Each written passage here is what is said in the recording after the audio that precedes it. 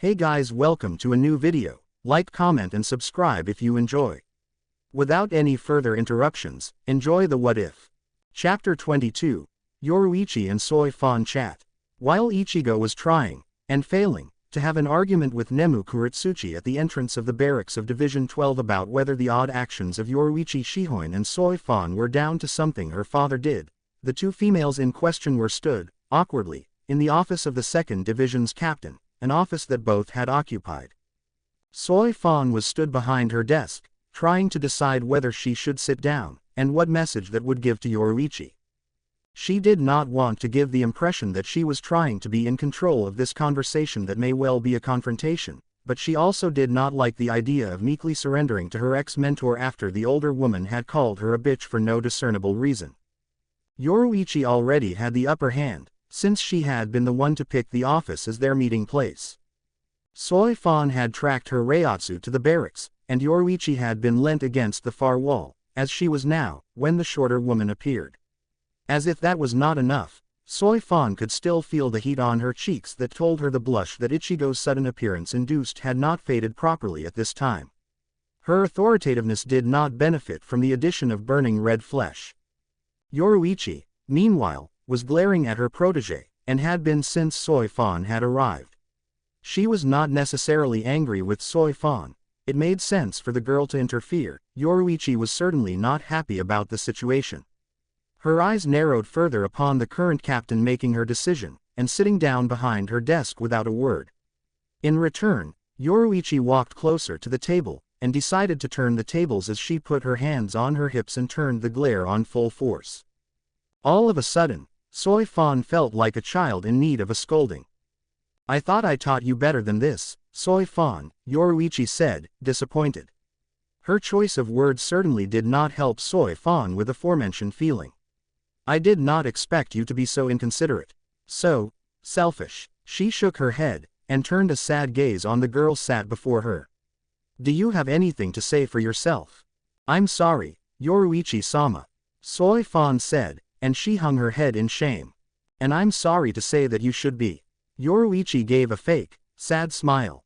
"You won't get anywhere in Lickfee if you continue to only think of yourself." I did not think that I was being selfish, Lady Yoruichi. "Please forgive me." Soi Fon looked up, with a pleading gaze. Yoruichi turned, with a sigh, and walked back to the wall she had been leant on. Imagining that there was something interesting on the wooden surface, she stared at it in order to give Soi Fon the impression that she was deep in thought on whether or not to forgive her ex-protege. This, in turn, increased the guilt that Soi Fon felt, despite having no idea what she had done wrong. "I can, in time," was Yoruichi's reply, as she turned golden eyes back onto the black-haired girl sat behind the desk with desperate eyes that had, for a brief moment, gained a spark of happiness only to be crushed under Yoruichi's heel at the continuation of her sentence. "I can only hope that you won't do it again." Thank you, Yoruichi-sama." Soi Fon bowed her head to show her gratitude, and then froze. "You Yoruichi-sama." "Yes, Soi Fon," Yoruichi asked, still without a smile. I am sorry if this sounds rude, but what is it I did to upset you so?" she asked, in confusion. "Was I not clear enough?" Yoruichi walked forwards, and took the seat in front of the desk, her golden eyes meeting the gray of Soi Fon's as she did. "I always tried to teach you to share." She ignored the fact that this had never been one of their lessons, and pressed on. "And your actions in ruining my moment with Ichigo suggests that you have not learned this lesson." Soi Fon blinked at Yoruichi, her face expressionless. "But I am glad to hear that you won't do it again in the future." Yoruichi gave a small smile to the girl, as Soi Fon's mouth began to open and close much like a goldfish. Yes, Soi Fon, you, and he." "Well, not yet," Yoruichi admitted with a shrug. "But we've been dancing around it for a while now, and I would have kissed him had you not interrupted." At this, she directed a small, mostly playful, scowl at Soi Fon sat across from her. "No," Soi Fon exclaimed all of a sudden. "No." Yoruichi blinked, confused. She smiled at her student, and continued. "What do you mean no, I won't let you, and him." "Oh, little B." Yoruichi shook her head, making an assumption. Isn't it time that you got over your crush? Got over it, Soi Fon repeated, her temper fading, briefly, in exchange for confusion. I know that we've only been reunited for a few weeks, Yoruichi continued, kindly. But I would have thought that your attraction would have faded in the century between my leaving and now. And no, that's not what I meant. Soi Fon denied, red in the face. Oh, Yoruichi blinked. Oh, there's no reason to be shy about it, Soi, I don't mind. In fact, I encouraged it when I was still here because it was one of the few times you seemed happy, when you were drinking in my appearance. No, that's not what I was talking about. Soi Fon interjected, interrupting the woman's slightly narcissistic rant. I've already told you, there's no need to deny it, little b.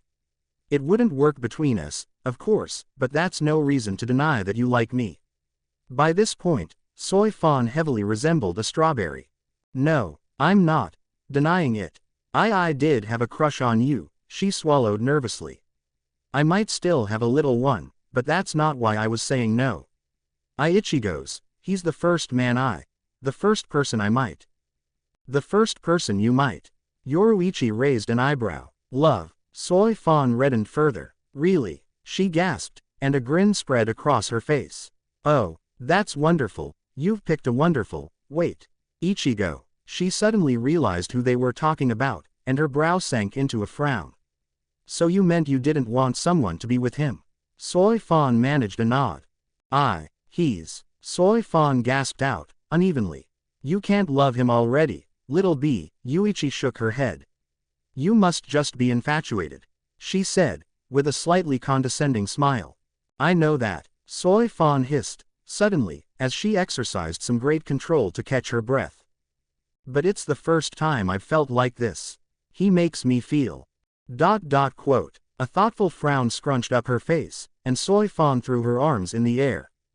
I don't know, I've known him for so little time, and I just feel good when he's around, like I'm safe again. She closed her eyes, and thought hard. I didn't even realize it was like that until he fought his Zanpakuto. I just knew I liked being around him, and that he wouldn't leave my thoughts since that day you and I fought. When he, held me against him. She mumbled something under her breath that, to Yoruichi, sounded like, not even in my sleep, but she chose to ignore that. Then, he had to go and show that he was strong. Able to match me, I'm certain, and I haven't seen his true power, I am just as sure of that. It still sounds like a crush to me, Soi Fon. Yoruichi said, a lie, but one she felt compelled to tell. Obviously you have some feelings for him, but it's a bad idea to rush things like this when you're so inexperienced. He could hurt you, both emotionally and, in certain regards, physically. Do you honestly believe that? Soi Fon questioned, disbelieving. That there is any chance of Ichigo hurting someone he cares for? Stranger things have happened, little b. Besides, there are ways that he could hurt you unintentionally. From what I have seen, he is quite large, and you have always been petite. Yoruichi commented, with a look that told Soi Fon to think about what she was saying. That's not what I meant. Soi Fon spluttered out, and that could be overcome. Yes, but Ichigo might not have the patience for such things. What about if he chose someone else instead of you? All of a sudden, Yoruichi felt a pang of guilt at her selfishness. That she had said this, despite knowing for a fact that Ichigo was not the type to act in such a piggish manner, to try to get Soi Fon to stop sabotaging her time kissing Ichigo made Yoruichi feel terrible. She, too, liked him, more than she could believe, but they could have had a rational conversation on the matter, instead of her coming very close to attacking her friend because of jealousy that Soi Fon had already kissed Ichigo, and frustration that she had twice been interrupted in attempts to do the same. That comment struck home for the captain, who steeled her face into a mask to hide the hurt. That had been the reason she had most hated the idea of Yoruichi kissing Ichigo, for who, after having contact with the goddess of Flash, would ever pay attention to her? Yoruichi was perfect, while she was angry and boyish. She did not have Yoruichi's curves, did not have her flirtatious nature. No wonder Ichigo had not kissed her back. With that, Soi Fon's hopes died, and she made a decision to avoid Ichigo at all costs while this rebellion was going on, and, after that, she would find some way to get rid of these irritating feelings. Please do not court Kurosaki-san anymore before this rebellion is done, Lady Yoruichi, Soi Fon requested, her voice cold as she slipped on the mask of her captaincy again. After that, I will do what I can to remove these affections from my being, and you may do as you wish. Yoruichi blinked, and the girl was gone. She had a horrible feeling about that. With guilt in her expression, Yoruichi looked out the window, and found that the sky had darkened into night without her notice, and that only the smallest amount of moonlight shone on her face.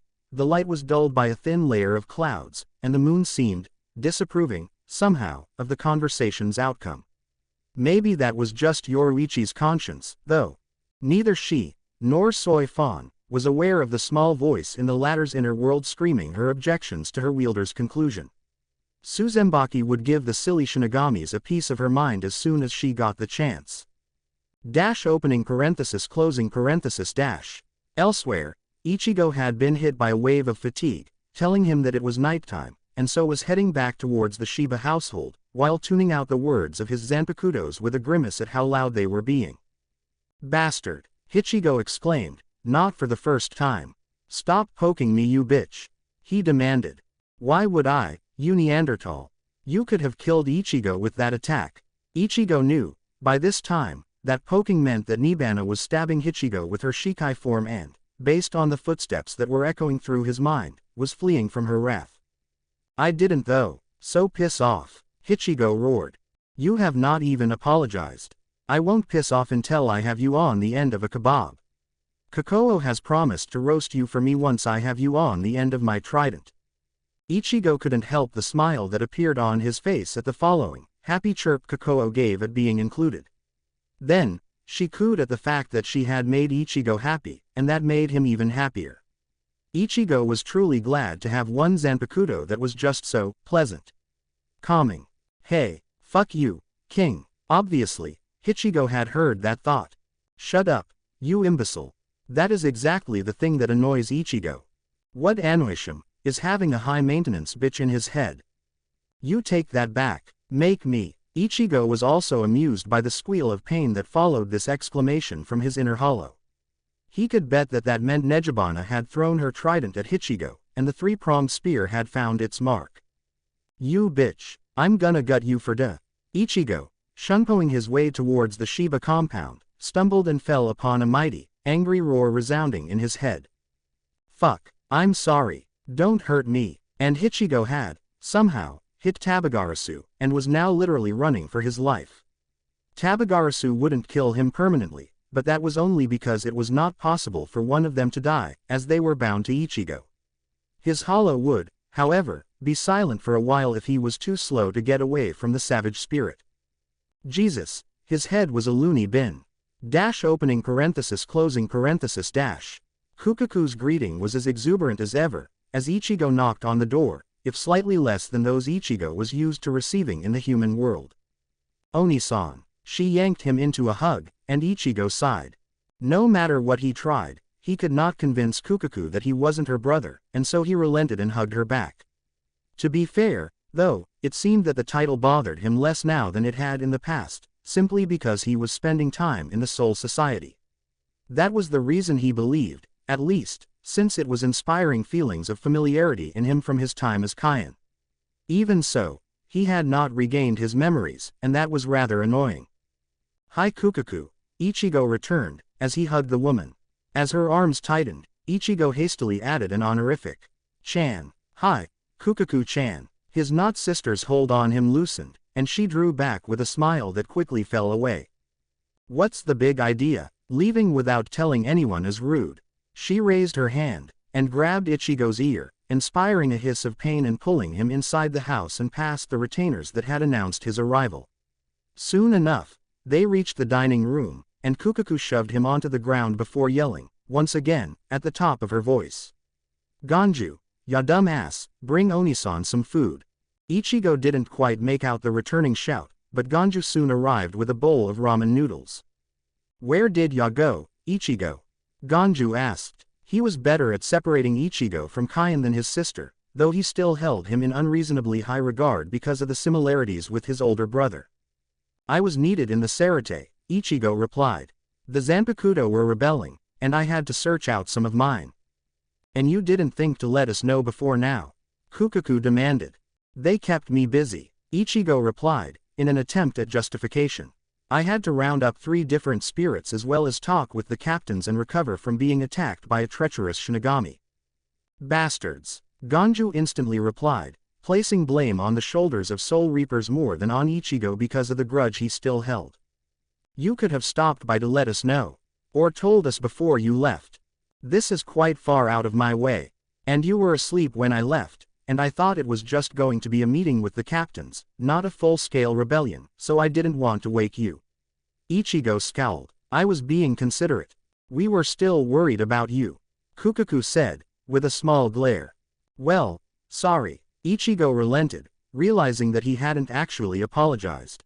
I didn't mean to worry you, and should have left a note or something before I left. He admitted, apologetically. Thank you. Kukaku smiled at her nod brother, and continued. Now go get some sleep, you look like crap. Charming, Ichigo muttered, sarcastically, as he stood. Good night. He waved a hand half-heartedly as he left the room, and walked straight to his assigned bedroom glad of the chance to get some more sleep. His body needed some rest, and Ichigo wanted to talk to old man Zanjetsu about something relatively pressing. He would have spoken to him while conscious, had Nejibana, Ichigo and Tabigarasu not been rather loud. Dash opening parenthesis closing parenthesis closing parenthesis opening closing parenthesis dash. Ichigo. Zanjetsu greeted, as Ichigo appeared in his inner world, as was typical of him while asleep. While he would occasionally just go to sleep in here as well, exhausted, Ichigo would generally converse with whichever of his inner spirits stayed up with him in order to become better attuned with them, though the extent of this with Tabigarasu and Kakao had previously been limited. Because of this, the stoic man assumed that Ichigo would take the chance to properly converse with the two and was surprised when his wielder made a beeline for him, though he did not show it. Hey, Zanjetsu, Ichigo smiled at the taller man. How are you since you came back? I am fine, though it has been noisy in here since Ichigo returned. He answered, without preamble. Why is it that you have sought me out? Zanjetsu was somewhat separated from the others, as Nejibana and Kakao conversed, and Ichigo continued to run from Tabigarasu. I wanted to talk to you about the Reiatsu manipulation that I managed to use during our fight. It's obviously useful, and all, but I have some questions before we get to training. Ask whatever is on your mind. Zanjetsu knew Ichigo well enough to guess what he would be wondering, but it would be best to let Ichigo make the inquiries. Thanks. Well, I expect that everything'll be covered in the training, but there's one thing I want to make sure I ask. If I was to use it as a weapon, would the souls that fell to me be destroyed? Like with the Quincy techniques. That was where the technique originated, after all, and this was something that made Ichigo nervous. That is up to you, Ichigo, Zanjetsu began, with his typically stoic tone. It is rather simple to explain. You are a hybrid, and therefore have the Reitsu of a Shinigami inside you. That means that you can act as a converter in order to prevent the destructive nature. If you use your Raryoku, any technique that you use will act as though it is Kido, and that includes Seros as well as the manipulation of spiritual energy, and they will be purified. Okay, so I can only use my own reserves? Ichigo asked, not particularly bothered by that since he had such extensive amount of Reishi reserves, though it did limit him. He would not be willing to exterminate a soul, after all, unless there was literally no other option lest they kill innocents and people he cared about. No, Ichigo, Zanjetsu said, with a frown at the information that Ichigo was missing. What are the abilities of Quincy that you know? In broad terms. Let's see. There are defensive techniques such as Blood Vein, variations of which can be used to attack as well, and they have their own speed technique. The prominent ability, though, would be the spiritual weapon formation. That's an extension of their ability to manipulate Reishi, right? Zanjetsu nodded, but maintained an expectant expression. I'm missing something, Ichigo assumed. He thought to himself, and rubbed his chin in thought as he searched his mind for what he had missed. That would be. Oh, they can absorb Reishi, can't they? At least at higher levels. That means that I can what? Filter the reishi through my own body and change the nature so that it can purify. He half stated, half asked. Zangetsu gained a small smile at the deduction, and nodded. That is right, Zangetsu nodded. It will be slower, of course, than using the pure reishi, but that means you can avoid destroying the souls. I know that you would dislike killing them, after all. Zangetsu did not have the same reservations, nor did the other spirits, but they knew well that their wielder would not feel right in the destruction of a soul. Excellent, Ichigo grinned. In that case, shall we get started in training? I expect that I'll be better able to master the techniques of the others if I learn how to manipulate reishi properly, after all, so I reckon I should give it a priority for now. Ichigo reasoned. And, more importantly, it'll help me be stable. It will, Ichigo. Zangetsu nodded. Let us begin. The others gathered around the pair as Ichigo's instruction began, with Ichigo maintaining a wary distance from Tabagarasu, and shooting suspicious glances at the taller spirit. Chapter 23. A Small Army. Yoruichi was such a bitch. She knew that, and thought she had changed. She truly did, but nobody could be friends with Urahara for as long as she had and not pick up a disgusting habit of manipulation. One that she had, also, believed she'd kicked until the day before, when she went and fucked everything up. In retrospect, the goddess of Flash could see the hurt in Soi Fon's eyes as she suggested that Ichigo would not like her, and Yoruichi felt like throwing up when she remembered that moment. Perhaps she would have, but the situation surely would not improve if vomited on the girl she came here to apologize to. Maybe if she puked on Omeda instead. No, she had to actually say the words. Yoruichi Shihoin had to put aside her undeniable pride, and apologize to Soi Fon. It should not have been such a daunting task, and would not have been had she not had a sinking feeling that, by doing this, she would give up any chance of being with Ichigo. And she so wanted to be with him. Not just in a physical sense, though that thought was a pleasant one, but because, the more she thought about it, the more she became certain that her feelings for the human ran deep. That his very nature appealed to her. The only reason it was so much more crippling for Soi Fon was that the stoic captain had so few feelings ordinarily, or kept a tight hold on those she did have, that the emotions were extraordinary in contrast, but that was no justification for the way Yoruichi had behaved. Nor was the bad mood she had been, now that Yoruichi thought about it with a calm mind. And that was the reason that she was currently stood with Soi Fon inside the division, fully intending to apologize for what she had said. Soi, she attempted to begin, and her ex-protege interrupted. Yoruichi-sama, Soi Fon greeted, likely from force of habit. I am glad to see that you are joining us. Joining you? In what? Yoruichi was briefly distracted. We have been charged with locating the Zanpakuto of the lower-ranked officers, Soi Fon explained. And rounding them towards the 7th Division barracks where they will be met with their wielders. The majority of the captains will be, at the same time, locating their own Zanpakuto in order to be at full strength for what will either come later today, or tomorrow, when we must free head Captain Yamamoto. Oh, okay, Yoruichi had not known anything of this, as she had not seen a captain since the day before. But that's not what I wanted to talk to you about. I just wanted to tell you that I'm Move out, Soi Fon barked, cutting off the ex-captain and signaling her division members to begin their mission. The petite captain vanished in a burst of shunpo, and Yoruichi was left stood talking to empty air.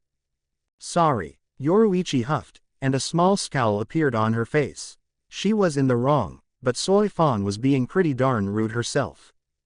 Dash opening parenthesis closing parenthesis dash opening parenthesis closing parenthesis dash opening parenthesis closing parenthesis dash. At the same time as Yoruichi turned on the spot and followed the girl she was trying to apologize to, Ichigo was rising from his bed far from refreshed after the exerting training session he had had inside his inner world.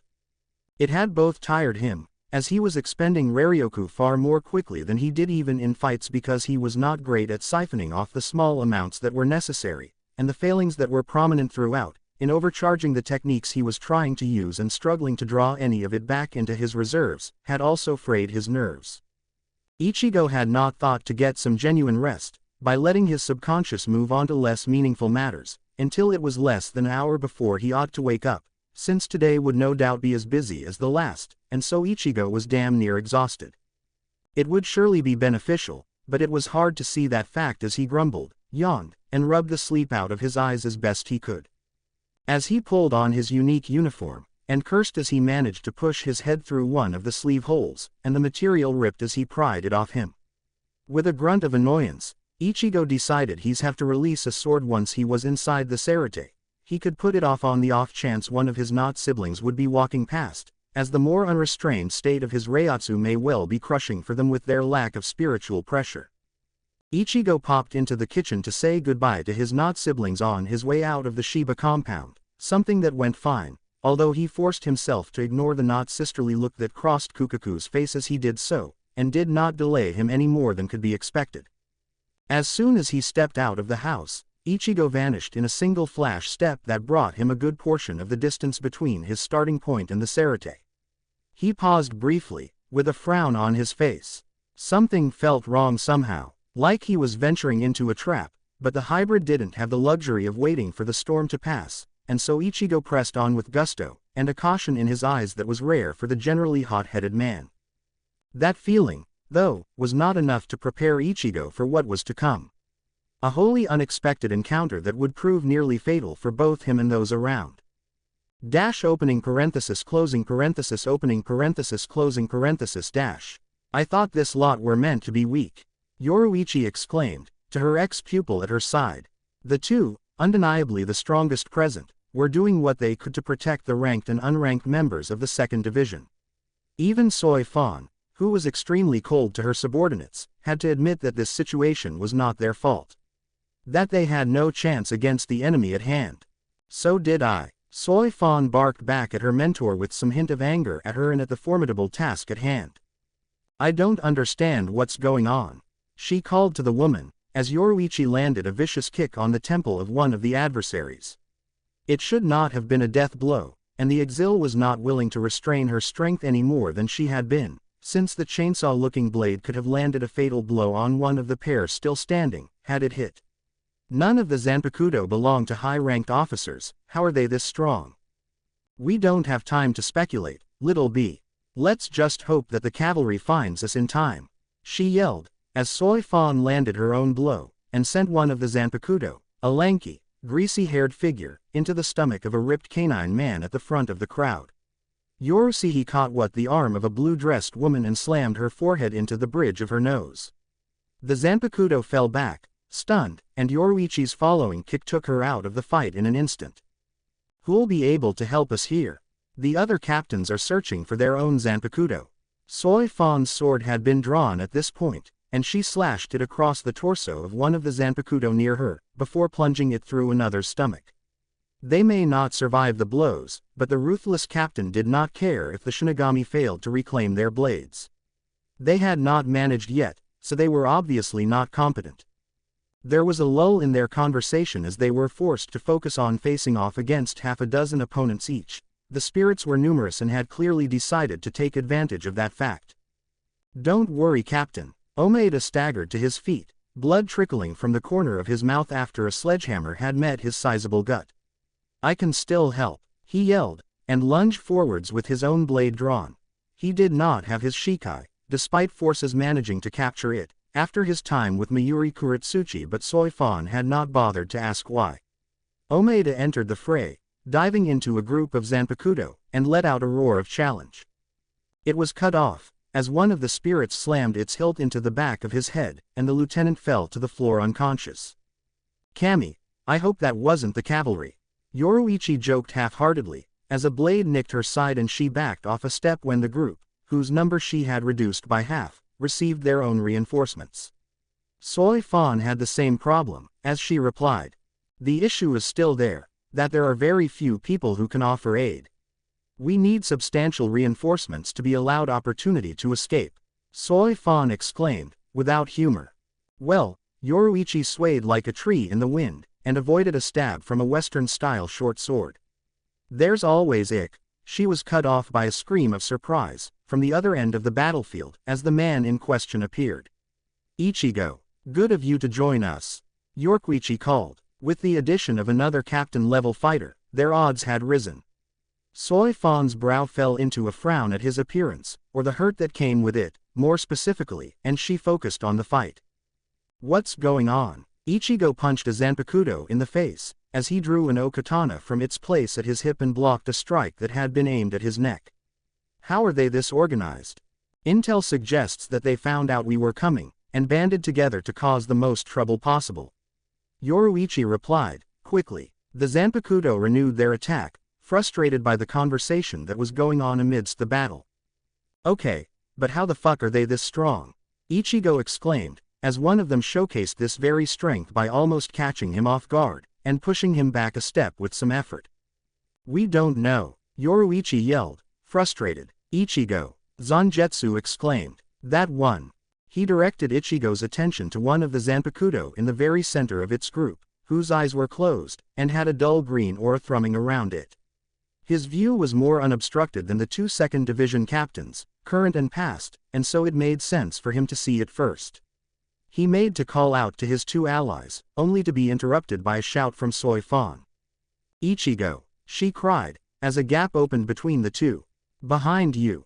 The captain's blood froze, as he twisted on the spot, and she knew that Ichigo would not be fast enough to defend himself as he gained a look of panic. She was sure that he had not sensed the enemy, as she recognized the syringe-looking weapon in the gaunt-cheeked man's hand. It was the weapon of one of her squad, one that would, in its wielder's hands, a recent addition to her squad with the remarkable ability to suppress her Reiatsu in combat, make her opponent mildly nauseous upon being stabbed with it. It was an interesting ability, as Soi Fon had realized upon investigating the nature of the attack and finding that it poisoned the Raryoku of the victim, and one that inspired panic in the woman as she guessed what it would be like, supercharged by whatever was affecting the Zanpakuto. Ichigo spun, but was slightly too slow and felt a pinprick on the side of his neck. It felt inconsequential, of course, and he simply backhanded his attacker and sent it flying into a wall. Ichigo turned back to the fight, and felt an odd sensation begin to form in his gut. He ignored it, and cut through another group of Zanpakuto, making sure to avoid fatal injuries if at all possible. Then, a jolt of fatigue ran through him, and his arms dropped, unable to hold his blade up. A thin knife cut across Ichigo's chest, not a killing blow, and Ichigo pushed on. He kicked out, and sent the Zanpakuto to the floor. Next, his foot met the side of its head, and Ichigo stumbled back with a gasp. The world span around him, and he fell to a knee in exhaustion. Through force of will, Ichigo made himself stand once again, and the longer of Zanjetsu's blades blocked a large sword, made of ivory, that swung at him. He was too weak to hold it back, however, and Ichigo was thrown back to slam through a wall. Ichigo could feel his heartbeat in his eyeballs, as the spirit, a red-skinned minotaur from what Ichigo could see, wandered over towards him, intending to finish him off. It had a cocky swagger in its step, as though Ichigo was not poisoned, and this was his victory. The spirit with the syringe owned this victory, or would if Ichigo was willing to give up and die at the hand of the bastard that had beat him through such trickery. The world around him slowed to a crawl, as this thought occurred to him, and old man Zanjetsu took control of his perception and whispered to his wielder. Ichigo, Zanjetsu began, you know that you have been poisoned, but you can overcome this situation, just as you have everything else. You cannot be afraid, or you will not move forwards. Ichigo's face stretched into a grin, and Zanjetsu sensed his amusement at the saying easily. You know this, and that is good. Terror cannot be allowed to hold dominion over you. Now think, you are in your soul form. What can be poisoned? Trust Zanjetsu to make this a teachable moment. Ichigo smirked at the thought, and he contemplated the subject. It would be unlikely for a Zanpakuto to have the ability to poison his bloodstream so quickly, though it would not be impossible, and Zanjetsu's question suggested that something so obvious was not the answer. Plus, it did not feel as though his blood was affected. No, it felt like his Raryoku had been poisoned. Ichigo's grin grew, and he twitched his head in an imitation of a shake at the fortune of it happening today that was countering the bad luck of being poisoned in the first place. As he closed his eyes, and felt out the deep pool of power that was being corrupted, he heard screams of worry from Soi Fon and Yoruichi. That was not a pleasant sound, but Ichigo forced himself not to focus on that. He was lucky. The poison had not corrupted all of his reserves, only those that were the easiest for him to tap into. The water at the top of his pool, to use an analogy. Even though it was far more complex than that.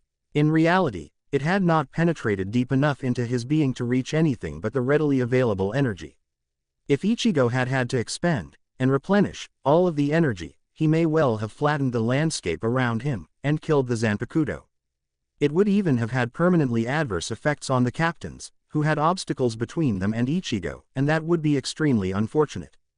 Both of the second division heads, fighting picked up in intensity as they saw the Zanpakuto near the man they harbored affections for, as they tried to get a chance to shunpo to Ichigo's aid. Unfortunately, their opponents were not letting up in the slightest, and were refusing to give them this chance, and so, Yoruichi and Soi Fon watched helplessly as the spirit raised his blade, and prepared to cut Ichigo down without mercy. Only to be stopped by an eruption of violent, sapphire reiatsu, tinged with a sickly green, slamming into him from the supposedly defenseless, seemingly unconscious, hybrid. The fight stopped, as everyone turned to look at the explosive sight, at the same time as the Zanpakuto spirit stumbled away, and fell to his knees under the immense pressure that Ichigo unknowingly applied. The green faded away, leaving Ichigo's energy uncorrupted, and his eyes, the ordinary warm brown replaced by the brightest of blues, snapped open. The flow of energy was cut off, like someone twisted a tap and shut off a waterfall, and Ichigo was on his feet and sucking in a breath of air like he had not had one for months. Yoruichi's eyes widened, not at the amount of reiatsu. Captains sometimes let off a greater amount when in battle, particularly when they needed to release Bankai and go all out, but at the feel of Ichigo's energy as he let it loose. It was strange. Heavy, with a different pressure to what you would expect from the sheer quantity. More natural, somehow. Carefully controlled, as it focused its assault on the looming threat, yet somehow wilder than even the Vizards, though it was of a similar nature to the Vizards, at first glance, without the obviously hollow feel. At second glance, it was not the same. She was sure that, if Ichigo donned his mask again, it would take on that feel, but the rage it had, as it leapt at the Zanpakuto, was not the same as that she had seen before. Like it wanted to savage him. To claw at him. To tear him asunder, and reduce him to nothingness. Or perhaps, she thought, as she caught sight of the scorched wall behind Ichigo, through the gap his body had created, it wanted to burn him. The kneeling Zanpakuto did not stand as the pressure faded away, as his energy was sapped. It was not enough to kill him, and would not work if he had not been so indefensible, but it was just the pick-me-up Ichigo needed to begin to recover from the expenditure of reiatsu. He could not do anything more overt in the presence of so many people, a lot of whom he did not trust and that would soon report to Shinigami that he also did not trust. The Zanpakuto he was leeching from would not know what was happening, and would no doubt put it down to the intimidating effects of his wild reiatsu. Ichigo resisted the egging on he received from his inner world to kill the Zanpakuto that had tried to kill him, and instead his gaze, the blue fading away and returning to his natural caramel tone, locked on the man Zanjetsu had pointed out. The Zanpakuto that was still unaware of what was going on around him even after the display Ichigo had just given. Ichigo, after a few seconds' deliberation, decided on a course of action and vanished in a blur of shunpo. Soi Fon felt relief cloud her senses, and the next thing she knew Ichigo was stood behind a frozen Zanpakuto with his arm raised and slightly cocked back. What was he? Ichigo slammed his elbow into the spirit's head, and it fell to the floor in a lump. She did not understand why Ichigo had done this, and definitely did not understand why it prompted a chorus of curses from the Zanpakuto gathered, but acted on the distraction. Her foot flashed, and struck one of the spirits in the gut. "They're weaker," Soi Fon exclaimed, with surprise. She was understandably shocked, but quickly took advantage of the situation on the off chance that the strength would return to her opponents. Yoruichi confirmed her ex-protege's finding with a likewise surprised yell, and jumped into the fight once more as Ichigo turned, and found that he was surrounded by enemies. That was what he got for shunpoing into the center of their small army. "Well, shit," he said, with a grin that contradicted the words. "I guess I'll have to release some of my power, at least." Ichigo was happy with that prospect. He was annoyed that they had come so close to hurting him, and it had been too long since he fought with his soul intact. The O-katana in his hands was replaced by a slightly smaller blade with a deep blue hilt. "You guys are unlucky, huh? Surge, waters and heaven. Nejibana." The katana spun in Ichigo's grip, elongated into the trident that was its Shikai, and his smile grew at the sudden flood of water. With a spin, a wave of water slammed into the group in front of him. A second later, those behind were likewise swept away and Ichigo's trident glinted in the sunlight as his grin fell somewhat. They had fallen sooner than he'd anticipated. Barely even a warm-up. Ichigo wondered just how much their power had been boosted. It would be an extraordinary asset, he was sure, had the Shinigami that owned the Zanpakuto had enough power to fortify it even slightly, but, alas, it had fallen to a single blow. That told Ichigo that they would be no higher than a 6th seat. That, in turn, meant they wouldn't be able to keep their ability up, and so would not be worth wasting the resources protecting in the middle of battle, since the Shikai's power required their entire concentration. Ichigo was relieved to see that, while he had sent them flying with the waves Nejibana produced, the Zanpakuto were only down, not out.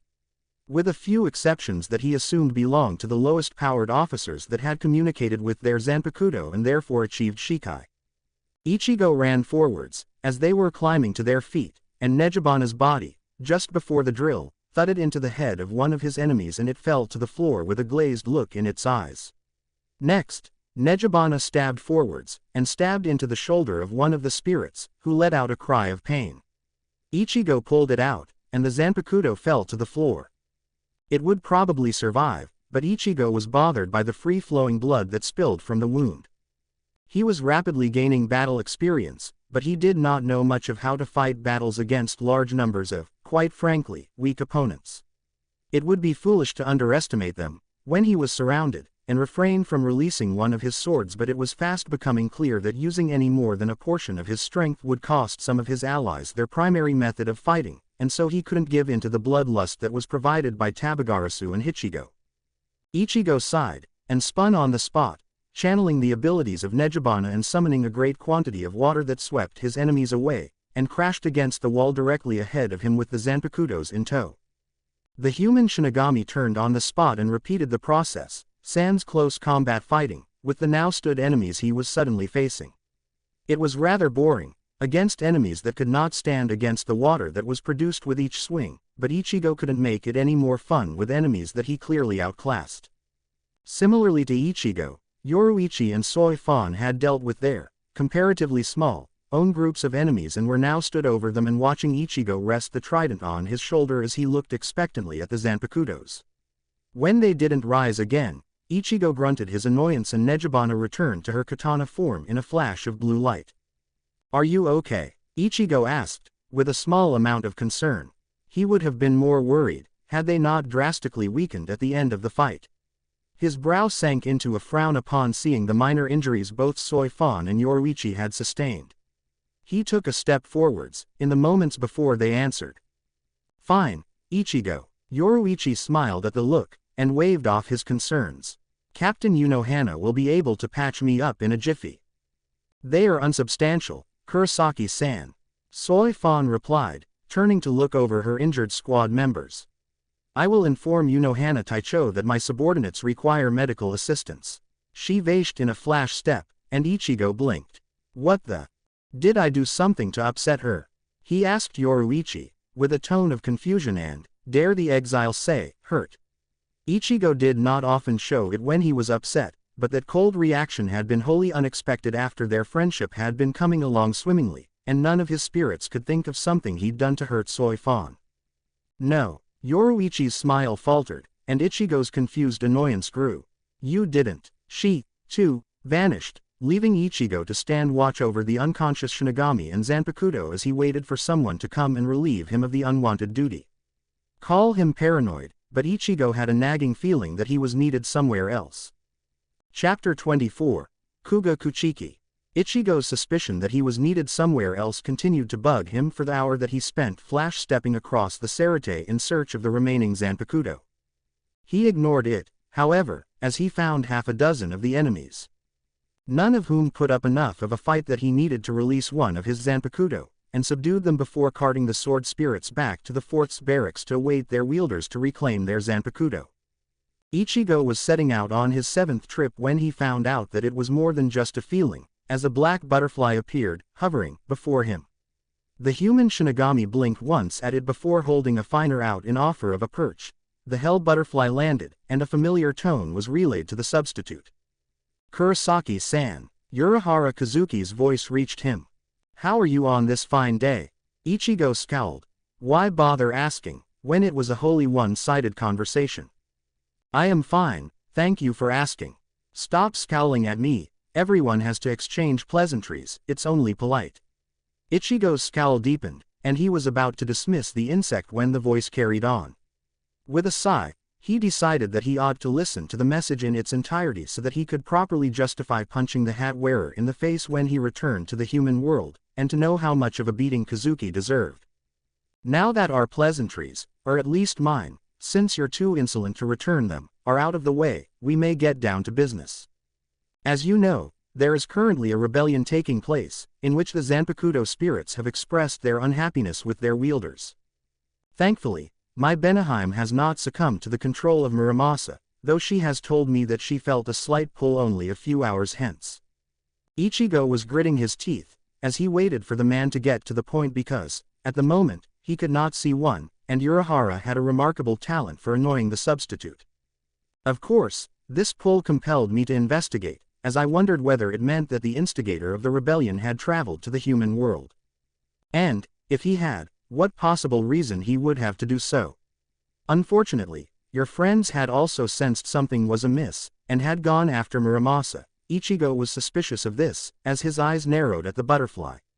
He had a feeling that Urahara may have sent his friends into the fray, for reasons known only to Kazuki, but that just meant that he'd receive an ass-kicking once Ichigo returned to the human world. "Muramasa displayed some remarkable abilities during the time I was able to perform any reconnaissance, and I bore witness to him summoning hollows. I would very much like to know how he does such a thing, as it is unlike any Zanpakuto ability that I have ever heard, but I am afraid that I had to leave before I could see any more than Muramasa approaching a large, strange tree while your friends were forced to do battle with the hollows that he summoned." Ichigo was not too bothered by the idea of his friends fighting hollows, as he was certain they could handle any number of ordinary hollows without trouble. At the same time, Byakuya Kuchiki began to do battle with his own Zanpakuto. I do not know the details, I am afraid, but he found something significant in the sight of aforementioned tree and made an attempt to stop Muramasa, only to be intercepted by Senbon Sakura, who abandoned his task in preoccupying your friends. The fight did not seem to be going well for Kuchiki Taicho when I left. Oh, you must be wondering why I did not stay to help. I sensed disharmony in Benaheim, and rightly suspected that she may have been being influenced by Muramasa. I am afraid, Kurosaki-san, that Benaheim may have killed your friends if I had stayed, as she later revealed that that was exactly what was occurring. Anyway, I thought that you may have wanted to know of the situation as it is occurring in Karakura town." The man said that as if it was the final piece of information, and Ichigo prepared to head to the Senkaimon when the man continued, in a tone that strongly suggested it was an afterthought. "Oh, and quite a few of the hollows are Manos Grande, just to let you know."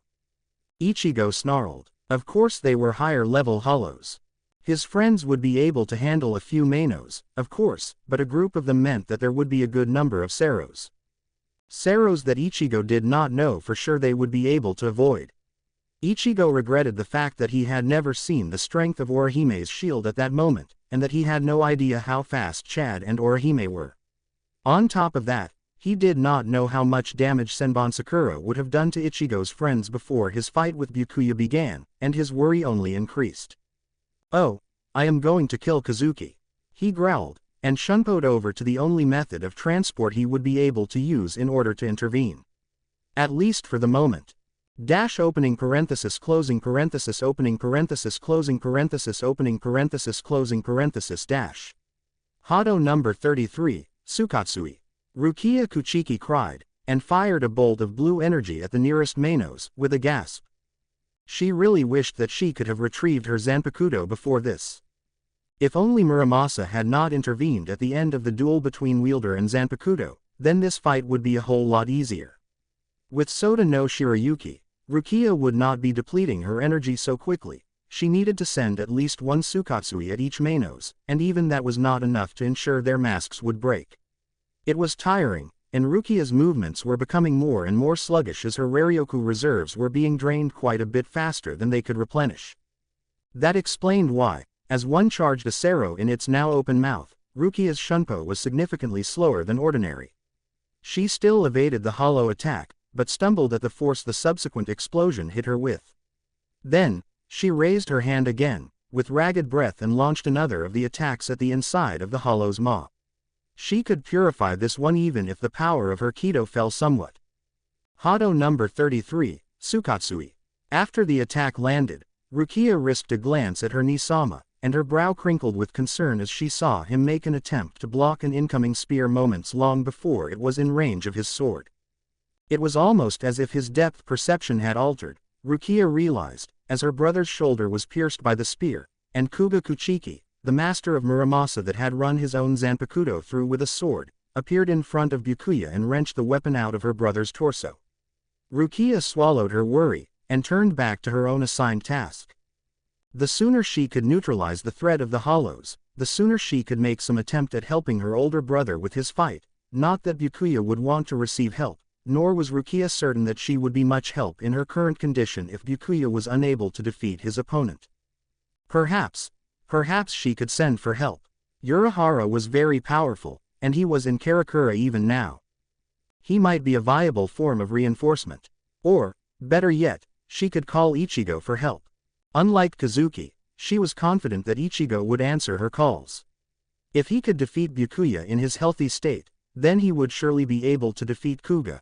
Byakuya had gone into the fight badly hurt, after all, and that was the only reason her brother was losing.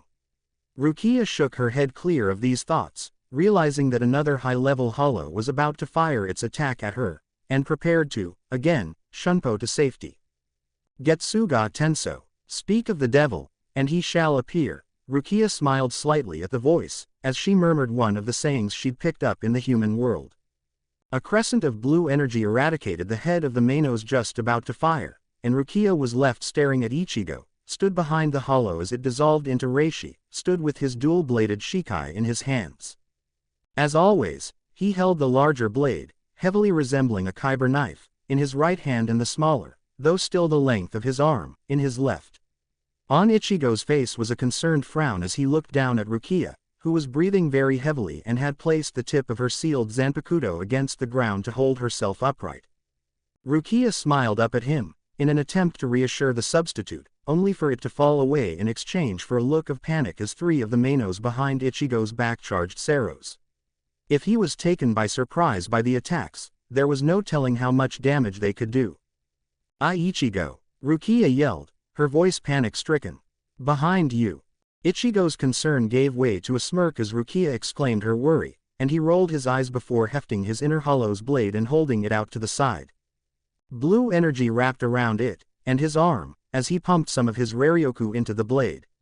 It lit up in a brilliant glow just as the hollows released their attacks with a roar that would, for most people, be terrifying.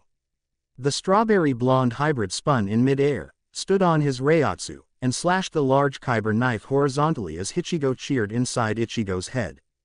Getsuga Tenso. Ichigo grinned, as the attack lit up the sky with a massive crescent, and rocketed towards the three hollows. Rukia's eyes widened, as she saw that the attack was large enough to meet all three Seros in the sky. The attacks struggled against each other for a moment, before all four erupted in an explosion of Reiatsu. She would have sworn that Ichigo's had done so first, purposefully, if she did not know how much trouble Ichigo had controlling his Reiatsu. Rukia took a step back as the rush of air stung her eyes, and blinked away the sudden flow of water that came with the sting. In the space of that attack, Ichigo was gone and stood on the left of the furthest right of the three Manos Grande, his larger blade cocked back again in a light with Reishi. From her place, Rukia did not hear Ichigo announce his attack again before the Getsuga Tensho leapt eagerly from his blade and cut through the first hollow's head, mask and all, and charged towards the second even as the first Manos began to dissolve. The next fared no better, as it turned to face the attack. The crescent crashed into the mask, and shattered it with ease. Rukia swallowed, as she saw that the velocity did not seem to have slowed at all. The third hollow actually managed to open its mouth in an attempt to charge a Sero before the attack bisected its head, and it joined its fellows in rejoining the reincarnation pool. Rukia's jaw had fallen at some point in this attack, as Ichigo was standing nonchalantly as he sheathed the smaller of his blades by tucking it into the red sash at his waist. Then, the Shinigami girl became worried, and her mouth closed and set itself into a line of concern. Was it possible that the Getsuga would not stop before it managed to do damage to something of the humans? Then, her amazement returned as Ichigo raised his left hand, fingers splayed, before clenching them into a fist. With this movement, the arc of energy that Rukia would have deemed uncontrollable slowed, sizzled, and faded away. Since when had he been able to do that? "You okay, Rukia?" Ichigo asked, suddenly in front of her, and ran his eyes over her looking for injuries. The girl managed to nod in her current state, and Ichigo sighed. "That's good. What about the others? Chad, Inu?"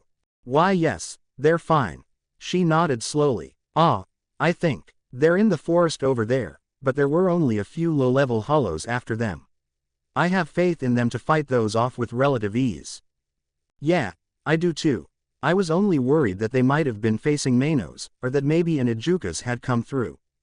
Ichigo smiled at the answer, in relief, and then glanced over to the Manos that had now begun retreating. Obviously, they had some form of survival instinct that kicked in after seeing 3 of their fellows be decimated by a single attack.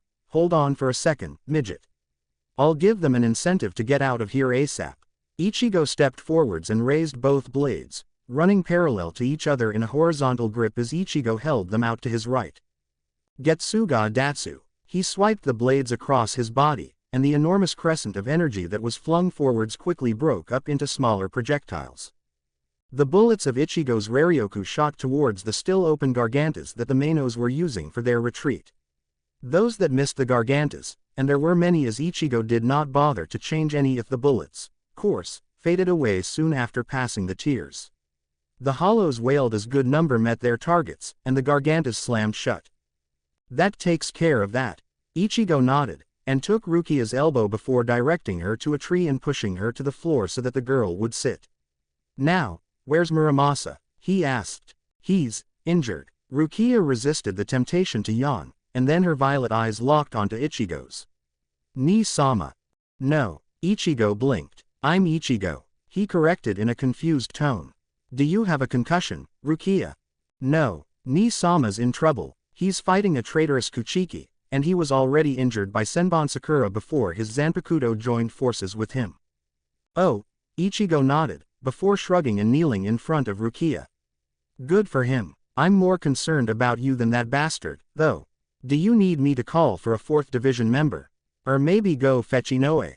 "I'm fine." She attempted to shove Ichigo away, only to find she was unable to summon the strength. "Fine. I'm worn out after fighting so many hollows without Sota no Shirayuki, but I'll recover soon enough." "You have to help Ni-sama." "Why on earth would I help Byakuya? I've been searching for him to beat the living daylights out of the bastard all day," Ichigo said, looking baffled at the very idea.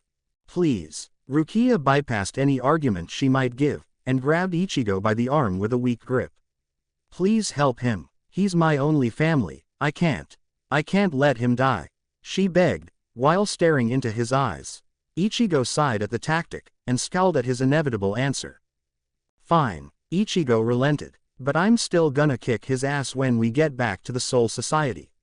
He yelled at the girl that was forcing him to go help someone he really did not want to help, and then noticed that Rukia had fallen asleep as soon as he agreed, her breathing steady enough to reassure him that she was fine. "TS's. I'm not going to enjoy this," Ichigo commented. "Nor will we, Ichigo," Zanjetsu answered. "But a traitor to the Gote 13 will not be likely to take our side in the upcoming war. It is a bad idea to allow a potential enemy to kill the Kuchiki captain. There is still a chance that he is an ally, after all. Not that I am suggesting you forgive him of the treachery he displayed in attacking you. I would recommend putting a pin in it, as I believe humans say." "I agree, Ichigo. You should be patient. Byakuya is not going anywhere, but this traitor may be intending to escape. That cannot be allowed." "Fine. I guess that makes sense," Ichigo nodded. "Just hurry up and start cutting on someone. Helpful as always, Ichigo." Ichigo took off in a burst of shunpo, after checking that nothing was in the vicinity to threaten Rukia, headed for the island that he believed held Byakuya's Reiatsu signature. It was not far, fortunately, as the sight that greeted him let Ichigo know that his presence was urgently needed. Byakuya had lost. That much was clear, even if the captain himself was unwilling to give up his pride and admit such a thing, by the amount of blood that had stained the front of his badly torn-up Shihakusho and by the fact that Senbon Sakura, in its sealed state, was shaking in his one-handed grip. His left hand was hanging limp at his side, as he swayed ever so slightly. Koga Kuchiki did not, however, seem in any rush to get on with finishing the head of the Kuchiki clan off. You see, this is my power. Ichigo turned his attention to the man, who was dressed in the rags of a Shihakusho, with half a mask covering his nose, and holding an odd spear-axe weapon that Ichigo could not recognize. Perhaps this was his Shikai. I do not believe so, Ichigo. I may be wrong, but I believe that this man must be Muramasa's wielder, or must have been before they were separated. Old man Zanjetsu commented on the situation at hand, with an odd tone to his voice that Ichigo did not have time to dwell on. Sympathy. I will return to the Soul Society, and will create a world in which I am accepted. Those with power rule. You and the rest of your kind will learn that. Ichigo frowned heavily at that, confused as he spotted Muramasa lying on the floor off to the side of the battle with a sword wound in his stomach. This is my power. I am not a pathetic soul reaper that has to use his Zanpakuto as a crutch. Koga Kuchiki announced, with a sadistic grin. You will be the first of your order to die, but rest assured you will not be the last. Hang on, Ichigo interrupted, as his grip tightened around the grips of his Zanpakuto. I may have misunderstood. Ichigo tried his hardest to keep his voice steady, and was mostly successful. But it sounded like you have discarded your Zanpakuto. I assume that that is Muramasa, who is grievously injured, right? Tell me you did not do that. The very notion of hurting your Zanpakuto when there was any other option abhorred Ichigo, and so his anger was barely restrained, and then only by sheer force of will. I did. Koga sneered over at his Zanpakuto, and then turned back to the orange-haired man that had addressed him. I had no need for a Zanpakuto that could not hear my voice. He paid the price for betraying me, by not answering my calls when I needed him most. Koga stopped talking, though he would have been inclined to rant, as Ichigo's aura changed. Koga stared at the newly appeared Shinigami as the power he could feel from him spiked, and brown eyes lit up in a blue blaze, burning with hate. Betraying you, Ichigo snarled. You accuse him of betraying you. He has spent an eternity searching for you, trying to rescue you, and you greet him with violence for his loyalty, and you accuse him of betraying you. His voice steadily rose in volume. He is your Zanpakuto. He is a part of your soul, and you have killed him. Ichigo's Reiatsu, wild as ever as he stopped restraining it, flared and Koga took a step back at the hate it contained. I did. Kuga's eyes narrowed. And he deserved it. I do not need such a pathetic weapon. And then Ichigo's Reiatsu snapped back to its restrained form as his hands shook, and the hybrid's voice lowered to no more than a whisper. Inside him, his Reiryoku was ready to be unleashed, in its full force, on Koga Kuchiki. Ichigo was more ready to fight than he ever had been before. More willing to kill than he had ever been before. A weapon. You think of him as only a weapon. He is a part of your soul. You should be willing to die for him. Anybody that shows someone as despicable as you such loyalty deserves nothing less, and you will fulfill that duty here today. Zanpakuto and wielder die side by side. He will not pass from this world alone. Kurosaki, Byakuya interrupted the conversation, in a hoarse voice. This is my fight. Do not interfere. Ichigo turned a look of apathy on the man, one that resembled the indifferent mask that Byakuya had let slip at some point in the fight. I care nothing for your pride, Kuchiki. I hold you in contempt, and would happily kill you alongside your fellow traitor had Rukia not begged me to save you.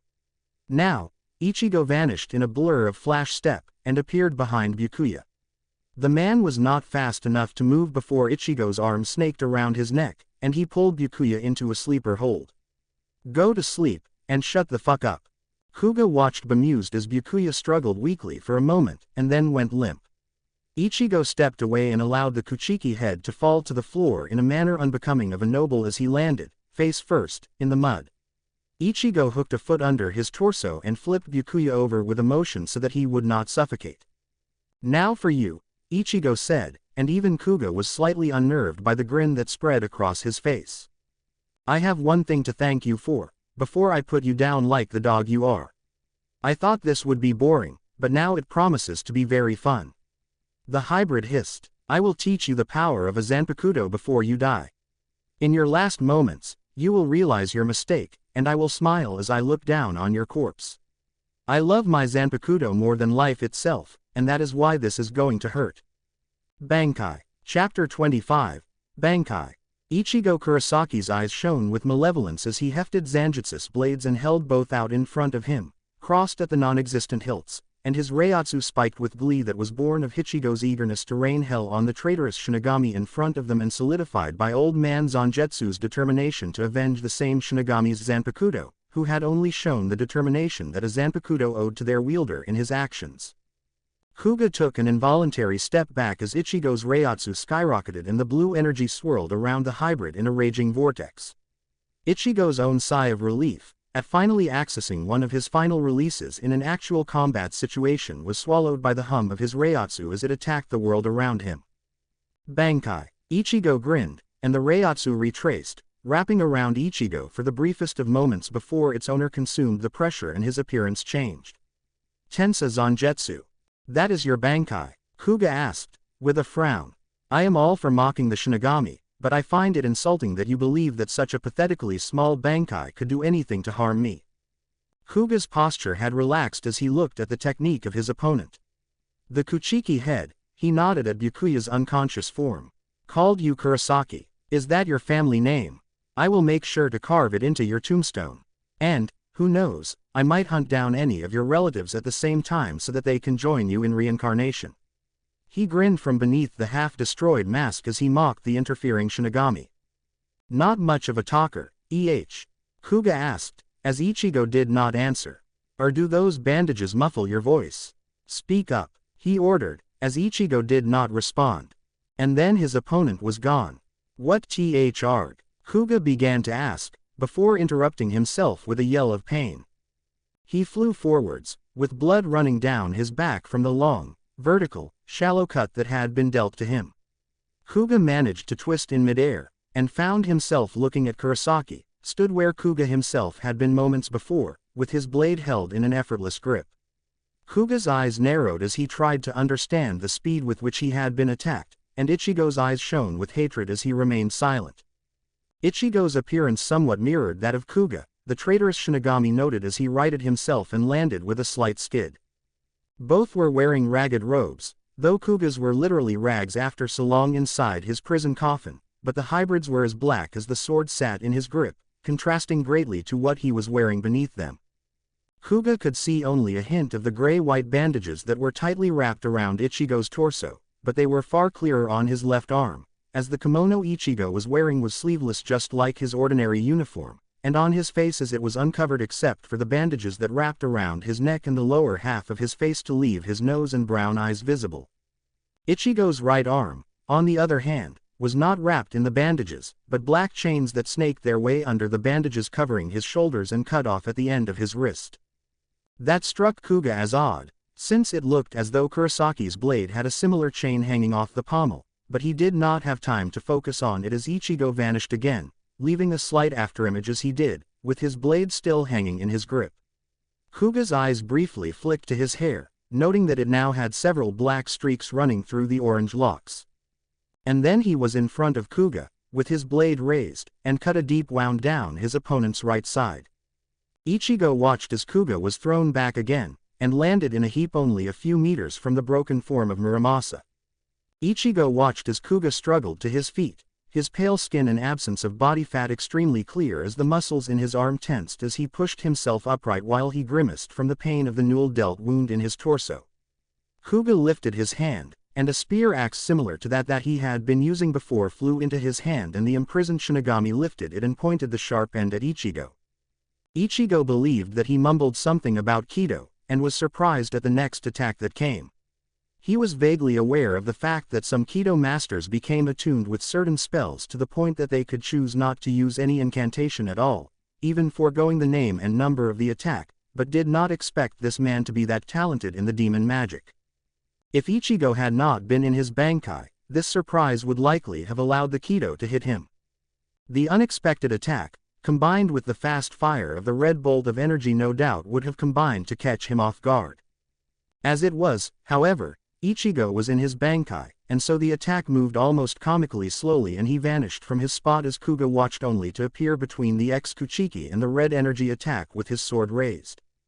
Ichigo glanced at his blade in the moments before it fell, and smiled, under the bandages covering his mouth, at the sight of his long, ebony dado, and took a hold of the hilt his left hand, wrapped in bandages, just below the cross-guard shaped like a manji.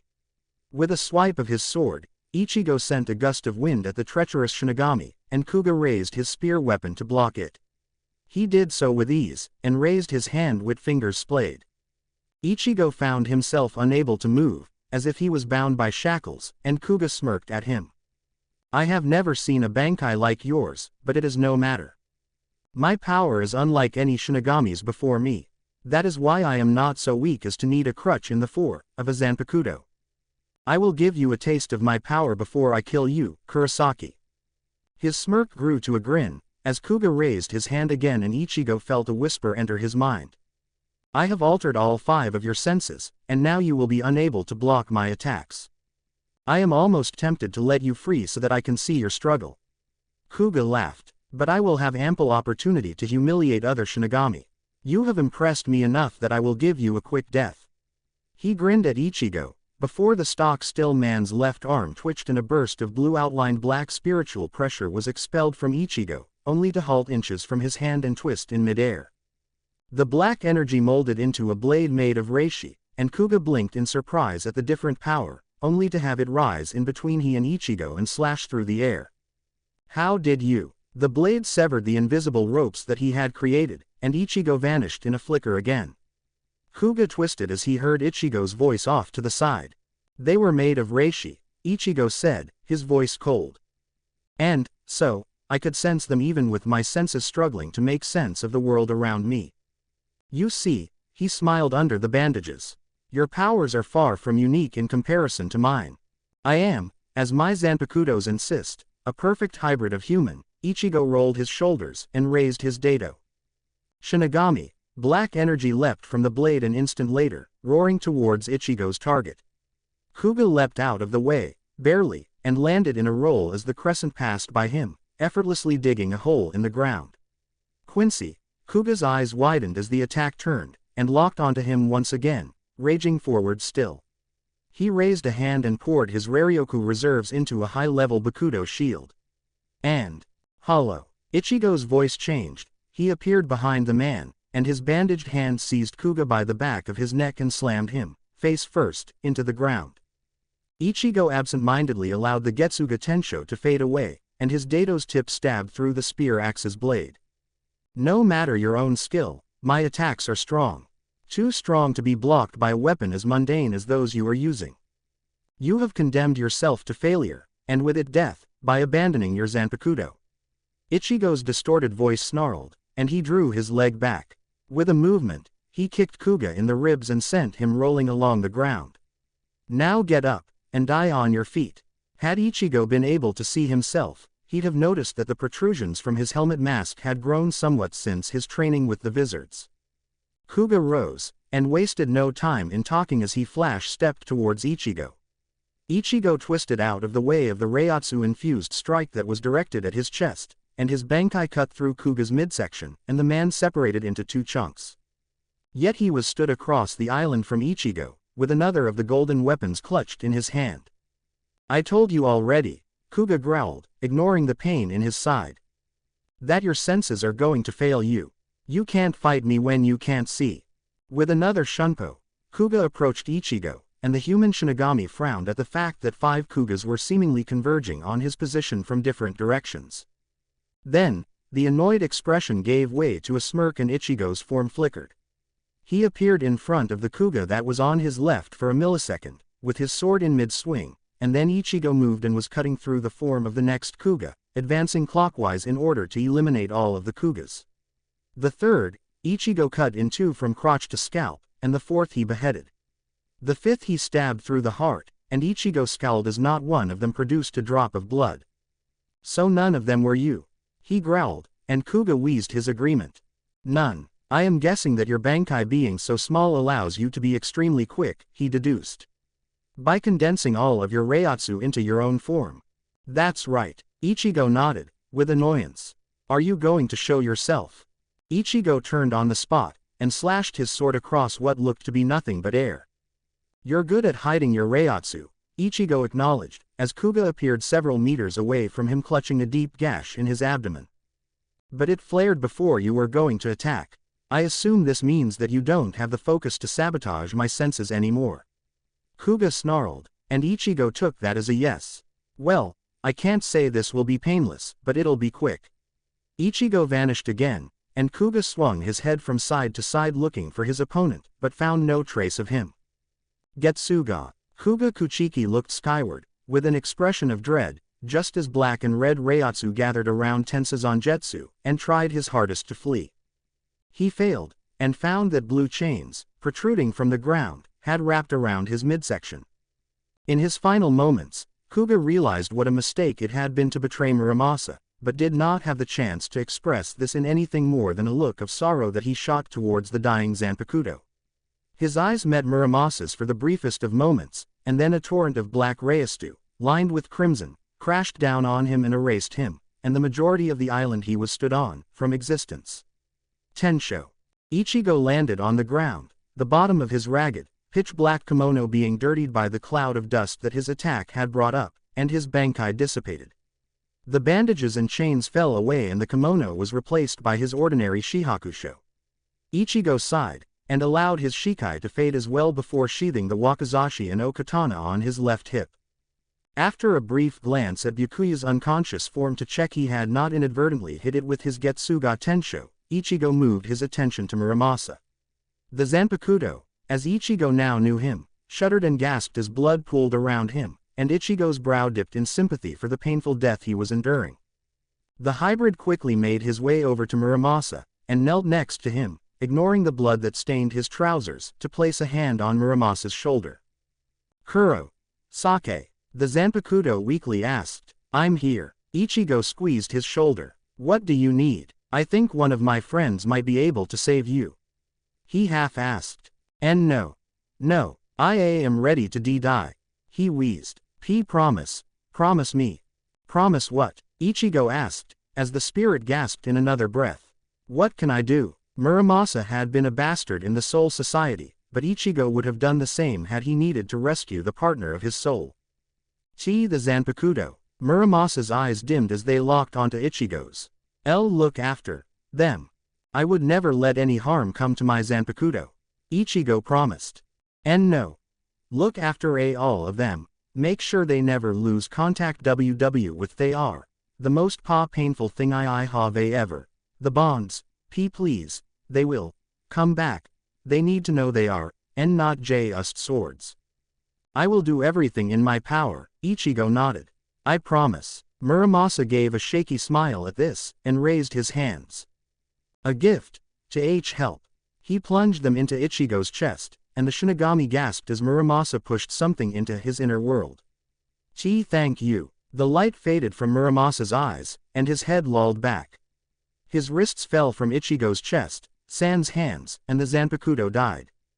The breaking down of Muramasa's soul began at the new stubs of his wrists, and Ichigo stayed knelt next to him until the Zanpakuto had faded into reishi particles completely.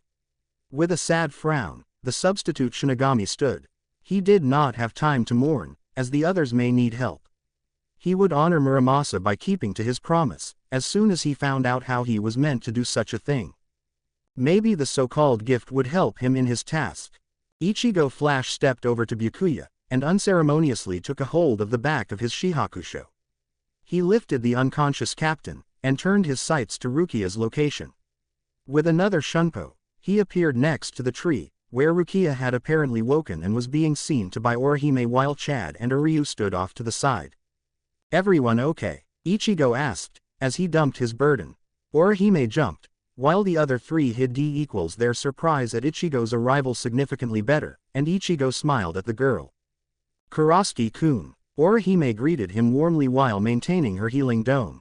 Yes, we're fine. There were some nasty hollows that managed to knock Sato-kun unconscious, but he woke up in time to give one of them an uppercut, and it gave a roar of pain before fading away, and Sato-kun was all nonchalant and asked me if I was okay, while Ryu was off distracting some more of them with his blue arrows, and he beat them. Is it true that you beat up all of the Mainoses? That's really impressive, but I'm not surprised that you're that strong, Kurosaki-kun. They didn't stand a chance against your righteous powers. The hero always wins, and you're obviously the hero, Kurosaki-kun. That's why you always wear a scowl, so that people won't get too close to you and put themselves in danger. You couldn't stand for that, because you're too selfless, and you take on burdens that aren't yours just because it's in your nature. The other four, at this point, were staring, confused, at Orihime's rant. We're lucky to have you, Kurosaki-kun, aren't we guys? She asked, and then frowned when the only response she got were weird looks. Guys. Yes. Chad nodded, agreeing with the general point. The fight would have been far harder without you, Ichigo. TS's. You're still a Shinigami. I don't see any reason to thank you. Ishida scoffed. You were very impressive, Ichigo. Rukia nodded, before asking the obvious question. Is my brother going to be okay? I think so, yeah. His injuries shouldn't be life-threatening. He shrugged. Orihime, please can you heal my Nisama? Rukia requested. Of course. Wait a second, Inoue, Ichigo halted her. Please don't heal him entirely. He's still a traitor, and he could try to escape by hurting one of you. My brother would never. This is the same brother that tried to kill you, Rukia. He'll be given a trial, but he deserves to be punished for helping them and, for that matter, nearly killing me. Rukia fell silent, with a look of guilt, while Orihime looked horrified. He tried to kill you, Kurosaki-kun? She asked, worriedly, and tried to spot any injuries on Ichigo's person. Are you okay? She continued, with concern evident in her features. Oh, yeah, I'm fine Inoue. It happened a few days ago and Hana Taicho healed me up quickly. He smiled reassuringly at the girl. No need to worry, he assured her. That's good. Orihime smiled at her crush, and then frowned at Byakuya's injured form. She, briefly, considered refusing to heal the Shinigami, but it was not in her nature to actually do so, and Orihime's powers were quickly put to work rejecting the damage that had been done to the captain of 6th Division. At the same time, Ichigo had checked that all of his friends had made it through their fights relatively unscathed, and sat down against another tree, in view of the others, and began the process of Jinzen. Maybe one of his Zanpakuto would know what the gift was that Muramasa had given to him, and how it would help him help the Zanpakuto know that they were more than just weapons. And why were his hands tingling? Dash opening parenthesis closing parenthesis opening parenthesis closing parenthesis dash. As it turned out, they did not know what the now deceased Zanpakuto had meant by that. Zangetsu had stated that he felt a change in Ichigo's inner world, and that he fully intended to investigate what its nature, but that nothing had turned up yet. They could guarantee, however, that there was not a new spirit in the world, and Ichigo got the feeling that they were relieved that this was the case, and that Ichigo's abilities in combat had not been altered, not that he had expected something of that nature. Kokoro had cooed something about barriers, but had not elaborated when Ichigo asked what she meant. After exiting his inner world, Ichigo had traveled back to the Soul Society with Rukia and Byakuya after promising Orihime, who was rather unhappy that he was headed back for some reason, that he was returning to the human world at some point in the next few days. He did, however, have to give his report to the captains before he could return, or they would keep pestering him until he did. Ichigo had dropped Byakuya off at 4th Division, where Retsuyu no Hana had assured him that the captain would be restrained, and then left Rukia with her brother. The human Shinigami had not caught sight of anyone he wished to talk to on the way back to the Shiba home, and decided to track them down tomorrow lest he get roped into helping to rebuild the Sarate. Ichigo saw no reason for him to have to help with that, other than the destruction Ichigo caused, and so would avoid that duty.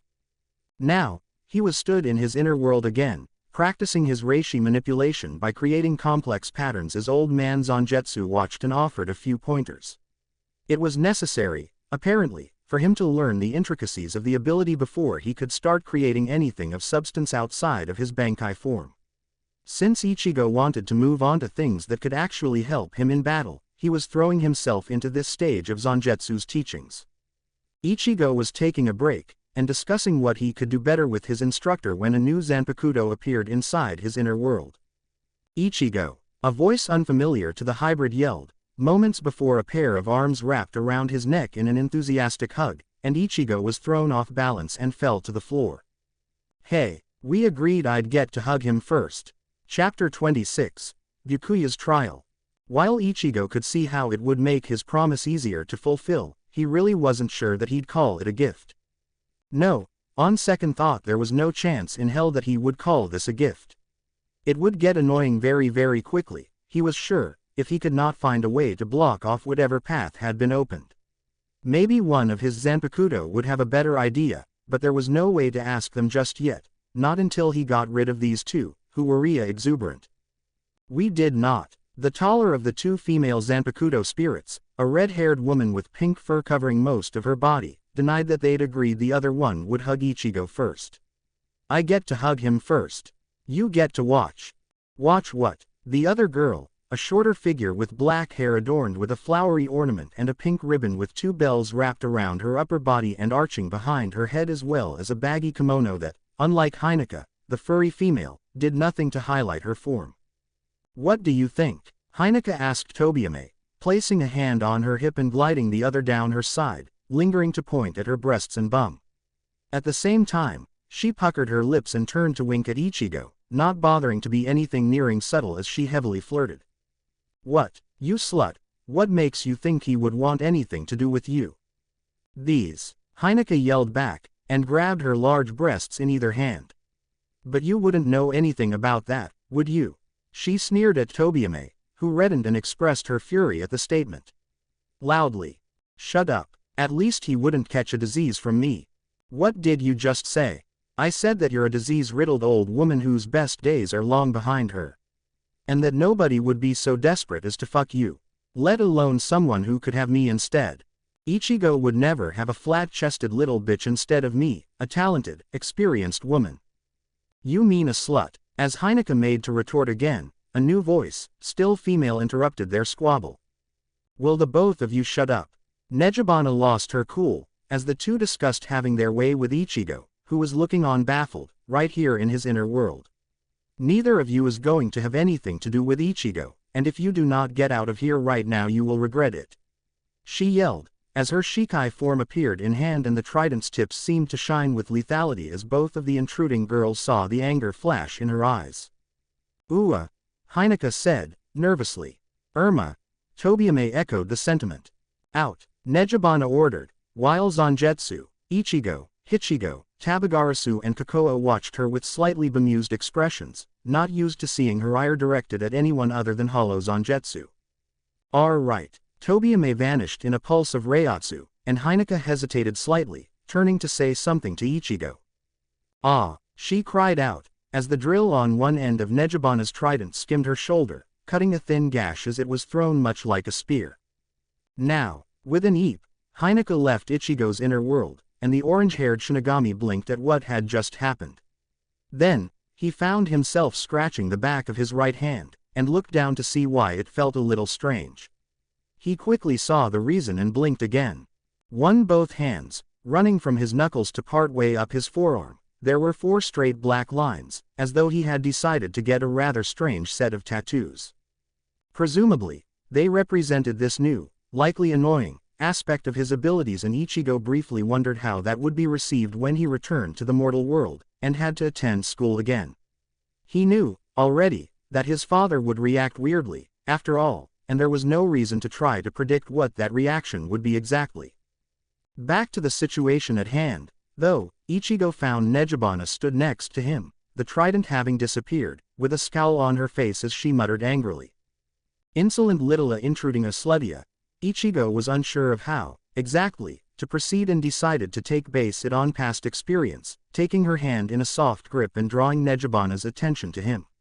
She forced a smile onto her face, uncaring that it was obviously fake, and Ichigo returned it with his own reassuring smile.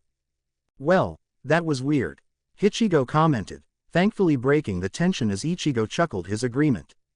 As good a description as any. Ichigo grinned. Any ideas how to stop that from happening again?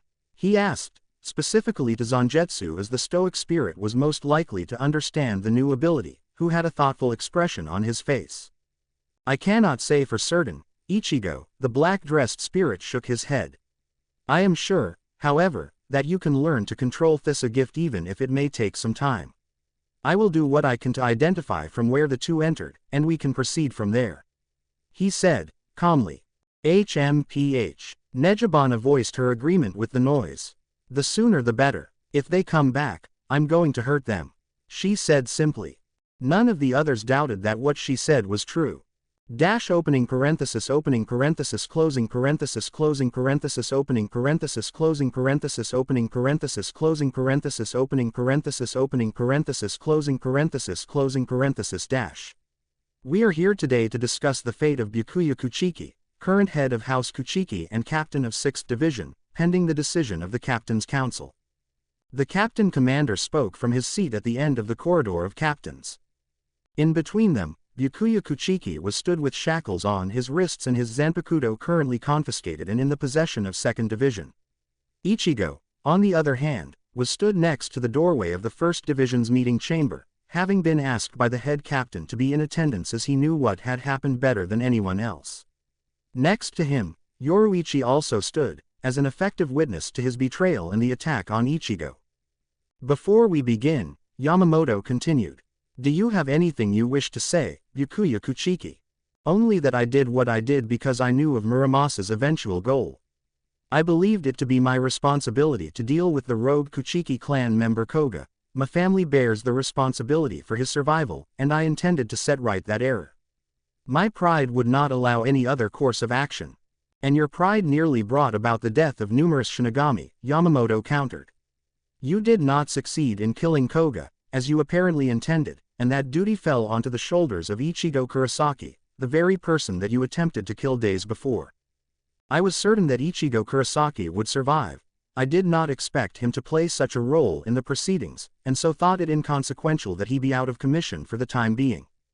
Yamamoto did not respond directly to Byakuya's statement, and instead turned to address the medical expert in their midst. Hana Taicho, how extensive were the injuries suffered by Kurosaki Ichigo? He asked, focusing on the most direct betrayal that they had suffered at the hands of Byakuya. Extremely, Retsu responded a few moments later. While he recovered quickly, for reasons he did not deem to reveal, Kurosaki-san's injuries were serious. Given that Shihoin-san happened on the scene through luck, it is plausible that they could have been fatal if he had been left as he was after Byakuya Kuchiki's attack. Not necessarily likely, but plausible as is to be expected from a direct hit, with intent to harm, from the Shikai of a captain-level fighter. Yamamoto nodded. And do you have anything to refute this? He addressed Byakuya again. When the man shook his head, unable to offer any evidence against what was said, Genryusai continued. Does anyone else have information to add, or an argument to offer? Most captains would, truthfully, have been forgiving of their fellow's betrayal because he had been aiming to assist the Soul Society as a whole, had the information regarding Ichigo being attacked not been so blatantly highlighted. As it was, he had outright assisted Muramasa against one of the better fighters that had been on their side. Ichigo had been a great help in putting down the rebellion, and Byakuya had repaid that by nearly killing him. If we forgive a traitor, what precedent is set for the future? Soi Fon asked, avoiding looking down the aisle to avoid the sight of Ichigo. We have already suffered losses at the hand of the others, so why should Kuchiki's betrayal be any different? He attacked an ally without provocation and this should be punished severely. She said in a cold tone. We cannot afford to appear weak in a time of war. Nor can we afford to be weak. Komamura argued. We have lost 3 captains in recent months. Losing another would further deplete our forces. Kiraku nodded, slightly somber. Aizen's the bigger fish, I reckon. We'll need to punish Byakuya after the war's all said and done, of course, but I think we can be a little lenient. And if Kurosaki is unhappy with that? Soi Fon asked, and turned to the captain commander, who listened silently to the arguments put forth. I am of the opinion that Kurosaki Ichigo will be a greater asset to the coming war than Kuchiki. We cannot afford to alienate him simply for the sake of favoring one of our own. How can we trust Kuchiki now? That's true, this time, Yukitake responded. It seems, to me, that Ichigo is an unknown to Aizen. He may have the best chance, excluding you Yamamoto-sama, of overcoming the traitor himself. It would be unwise to favor Kuchiki over that. What Byakuya felt at that statement, Ichigo did not know as he kept a mask in place. Maybe you should actually ask Ichigo, then. Yoruichi had been growing irritated from her place next to the human Shinigami, eyeing her ex-protege worriedly, and saw this as the obvious course of action. Agreed. Yamamoto spoke again. Kurosaki Ichigo, his eye cracked open. How would you suggest we proceed in regards to the punishment of Byakuya Kuchiki? Ichigo blinked, as everyone in the room turned their attention to him, excluding Byakuya who did not move and Soi Fon who began to turn to look at him, thought better of it, and snapped her attention back to the wall directly in front of her. Ichigo hadn't considered how to phrase it. Well, I think the bastard needs to be taught a lesson, but I don't think he did any of this stuff out of malice, just out of a moronic sense of self-importance and pride. He doesn't seem to dislike the Soul Society, and only has a grudge against me after our last fight and because I'm not a noble, and don't have a stick so far up my ass that I have to waddle around. Kenpachi guffawed, while the rest stared at Ichigo with something akin to shock. No reason to kill him, or kick him out of the Gote 13. I'd say I want to fight him, that's non-negotiable, but maybe you could have him clean the toilets around 11th Division's barracks. Considering his pride is what got him into this mess, putting a few dents in it would be a good thing. Byakuya's head, Ichigo was amused to notice, had snapped around at the second part of Ichigo's suggested punishment. What? He asked, horrified, while Zaraki's guffaws turned to outright howls of laughter. Throw in having to fight each of my division including me, and I think that's a perfect punishment for being such a dick. He exclaimed his agreement. Right, what I said before, plus having to fight the members of 11th Division, in single combat, in whatever style they wish. From his right, Yoruichi cleared her throat. Ichigo thought for a moment, and then deduced what she might be asking. Oh, and a game off of what was it, ho-ho tag?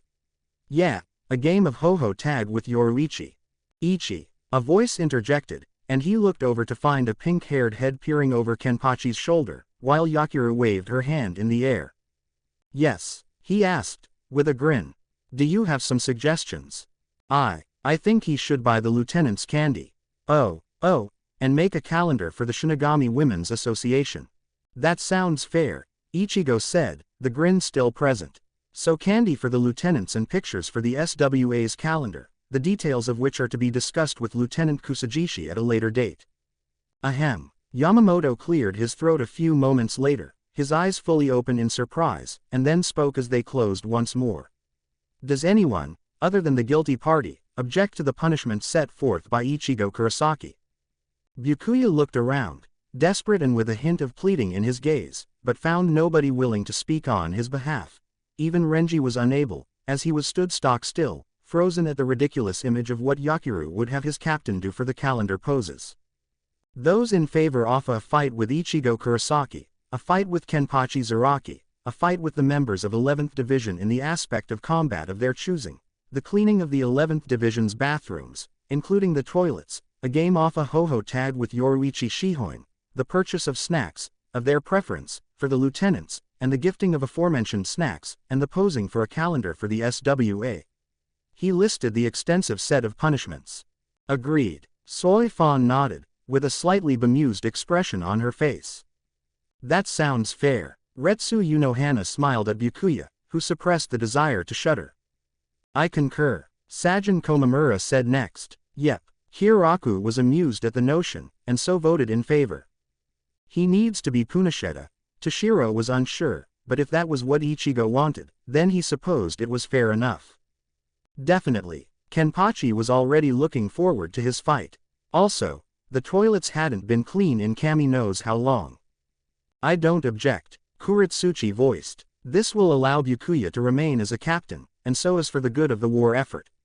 Yukataki, the last of the captains to vote, meant that it was unanimous, and Byakuya's shoulders had fallen to the point that his posture screamed defeated.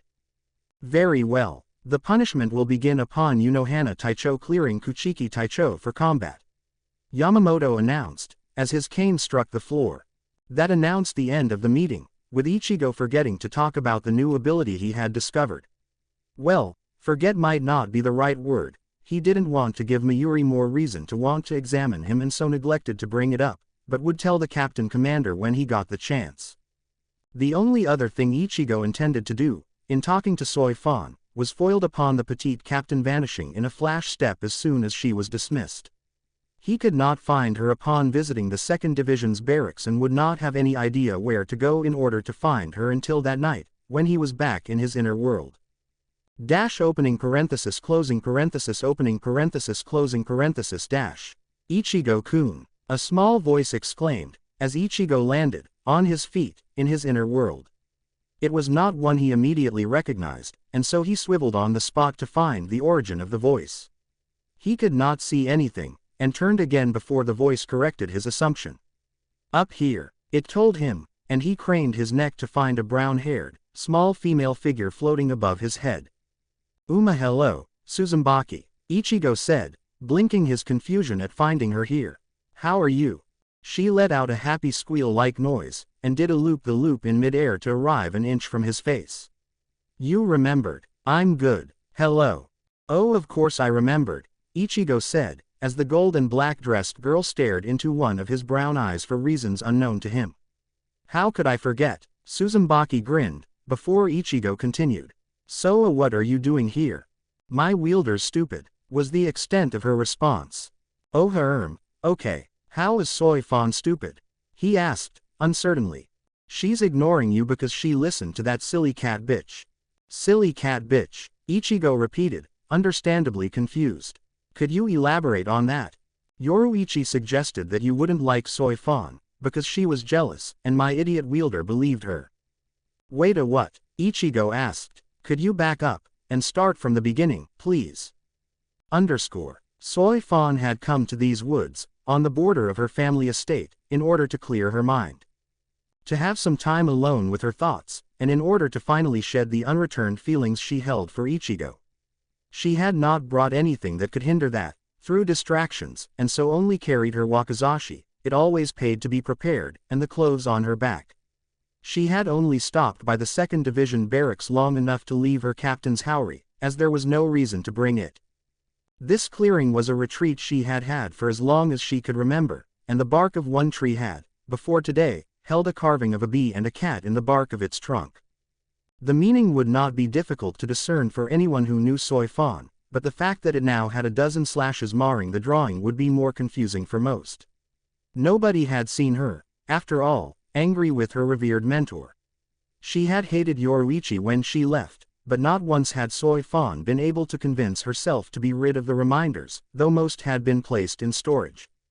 Now, Soi Fon was beginning to believe that this was the end of her and Yoruichi having any sort of relationship. Even their friendship would be unlikely to continue. It would hurt, she knew, to see Ichigo with Yoruichi. He was the first man she had felt anything for, let alone. Soi Fon sighed in her sleep, as her dreams took on a feel that was becoming frustratingly familiar.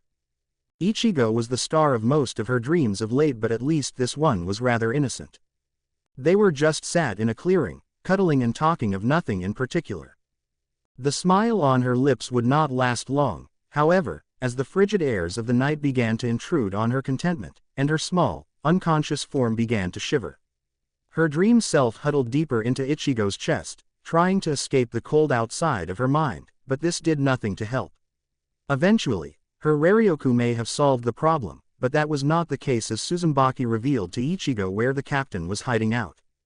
Ichigo appeared in the clearing in a slight blur, and the lowest of buzzes, to the point that it was unlikely that Soi Fon would have thought anything of it even if she had been awake to hear. It certainly was not enough to wake her, and so Ichigo's eyes found her shivering form where she had fallen asleep unintentionally, curled into a ball in an attempt to be comfortable. This was not what he had planned. Ichigo had expected her to be awake, if she was outside, and for a conversation to take place. Instead, it looked as though he would have to take a different course of action and, after his gaze swept the clearing for anything that might be of use, he deduced that he had no choice, and hoped Soi Fon would forgive him. He stepped to the sleeping captain, and crouched next to her, putting his arms under her form slowly so as to not disturb her rest. He smoothly lifted her, and stood without effort as he smiled softly at just how light she was. Adjusting his hold, Ichigo moved her to sit in his arms with his left under her knees and the right on her upper back. Soi Fon stayed like that for but a moment, and then seemed to breathe in rather deeply, before her hand found the front of Ichigo's shihakusho and gripped it tightly. She proceeded to bury her face in his chest, to Ichigo's slight embarrassment as he felt heat creep up his neck, and snuggle into his warmth just as her dream self did. Ichigo shivered, at this, for a very different reason to the cold that had been affecting the girl in his arms, and did his best to ignore the voices inside his head, as they spoke up. "And she'll never know," Ichigo finished his suggestion. "What is wrong with you?" Ichigo yelled back, horrified. "What, do you not think she has a nice ass?" Ichigo asked, confused. "Shay, that doesn't mean I'm going to do that, you freak." Ichigo responded. "Show some respect, you disgusting hollow," Nejibana added, and Ichigo heard a clang as she whacked Ichigo over the head. Soi Fon is not some piece of meat for Ichigo Toa to rape. He cares for her. Do you not realize how disgusting that is? So what? He should just put her to bed. That's boring. Ichigo defended his suggestion. I was not suggesting that. I think he should greet her in the morning with breakfast in bed. It would be romantic, and then he could have the conversation that she needs to convince her that he is interested, and that she has no reason to be insecure. That's still a little creepy. Ichigo arrived in the 2nd Division Barracks captain's office, where he understood there were also sleeping quarters, in a quick flash step, glanced down at the girl in his arms, and paused at the small, genuine, beautiful smile that was on her face.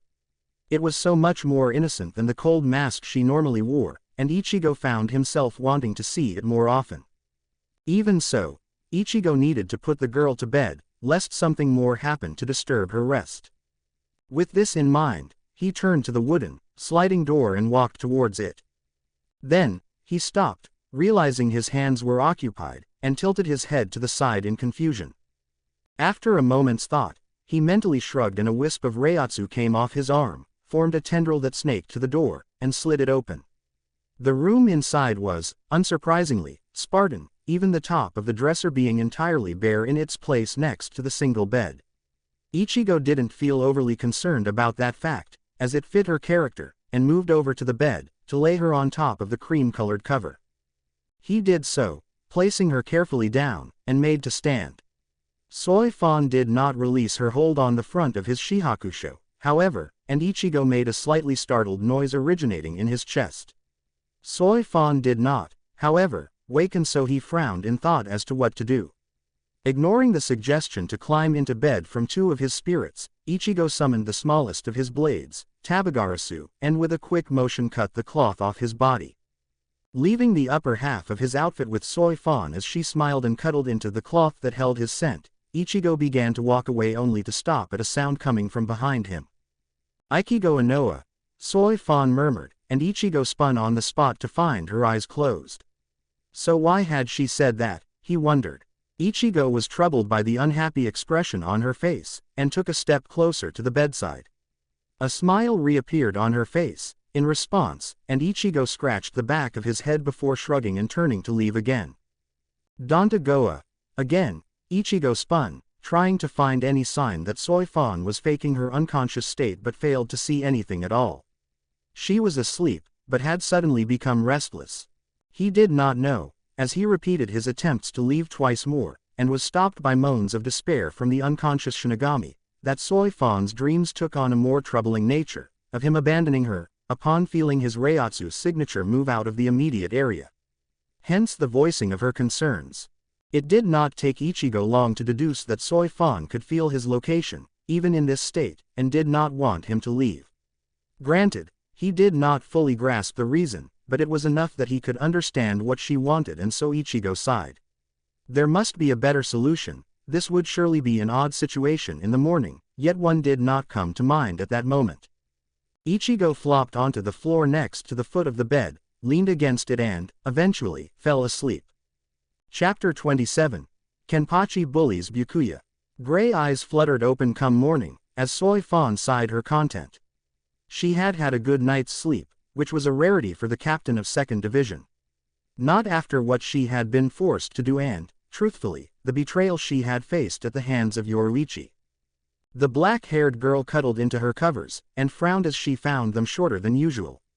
For some reason, it did not even cover her calves, and so the captain pulled her feet up underneath. She would just sleep for 5 more minutes.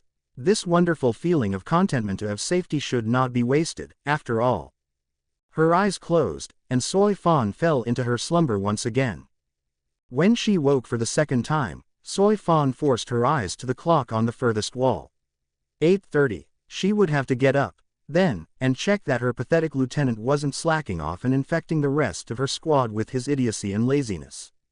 Soi Fon maintained her hold on these strange new covers with the enticing scent as she softly placed her feet on the ground. It wasn't until she stood that the captain realized that she had fallen asleep outside the night before. Soi Fon's eyes widened, as she realized that someone would have had to have carried her here. How could she fail to wake in that case? How well they must have masked their identities for her to have no idea of their presence. Soi Fon fell into a fighting stance, as she assumed that the enemy was still present. That she had fallen into a trap by the simple act of waking. The blanket fell to the floor, and Soi Fon's eyes flicked to it. It was the top of a shihakusho. What? She found her sword leant against her nightstand, and Soi Fon's confusion grew. Why would someone set a trap for her and intentionally leave her armed? Were they trying to lull her into a false sense of security? The wakizashi was drawn within moments of the captain hearing breathing, and the tip was pointed to the foot of her bed as she adopted a fighting stance. Ichigo. The fighting stance was replaced by a look of confusion, and a matching mindset. What was he doing here? Why are you in my chambers? Ichigo stayed silent as he slumbered, and Soi Fon realized his unconscious state. Why is he in my room? She looked to the discarded top, and to Ichigo's bare torso. Iya fell asleep outside. Did he carry me back?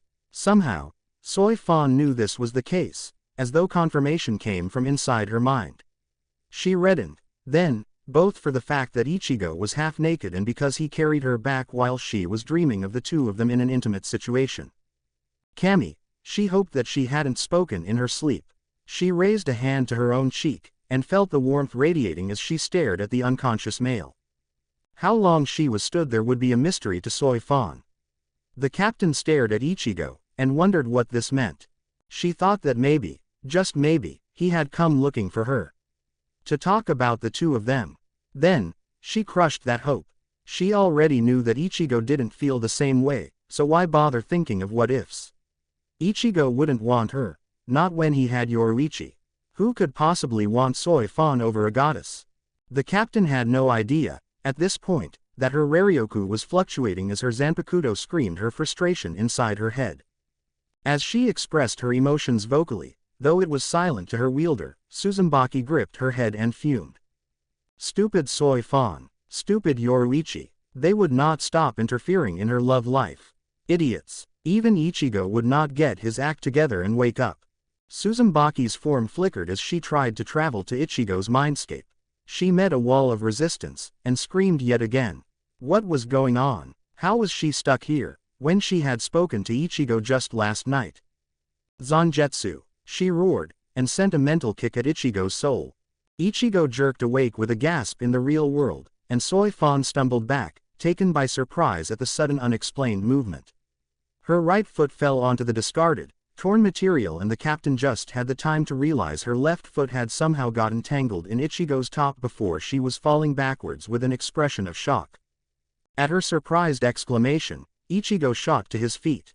It was reasonable to assume that he was under duress after being woken by the strange jolt, and so Ichigo had Zanjetsu's smaller sealed form in his hand even as he twisted to find the source of the noise.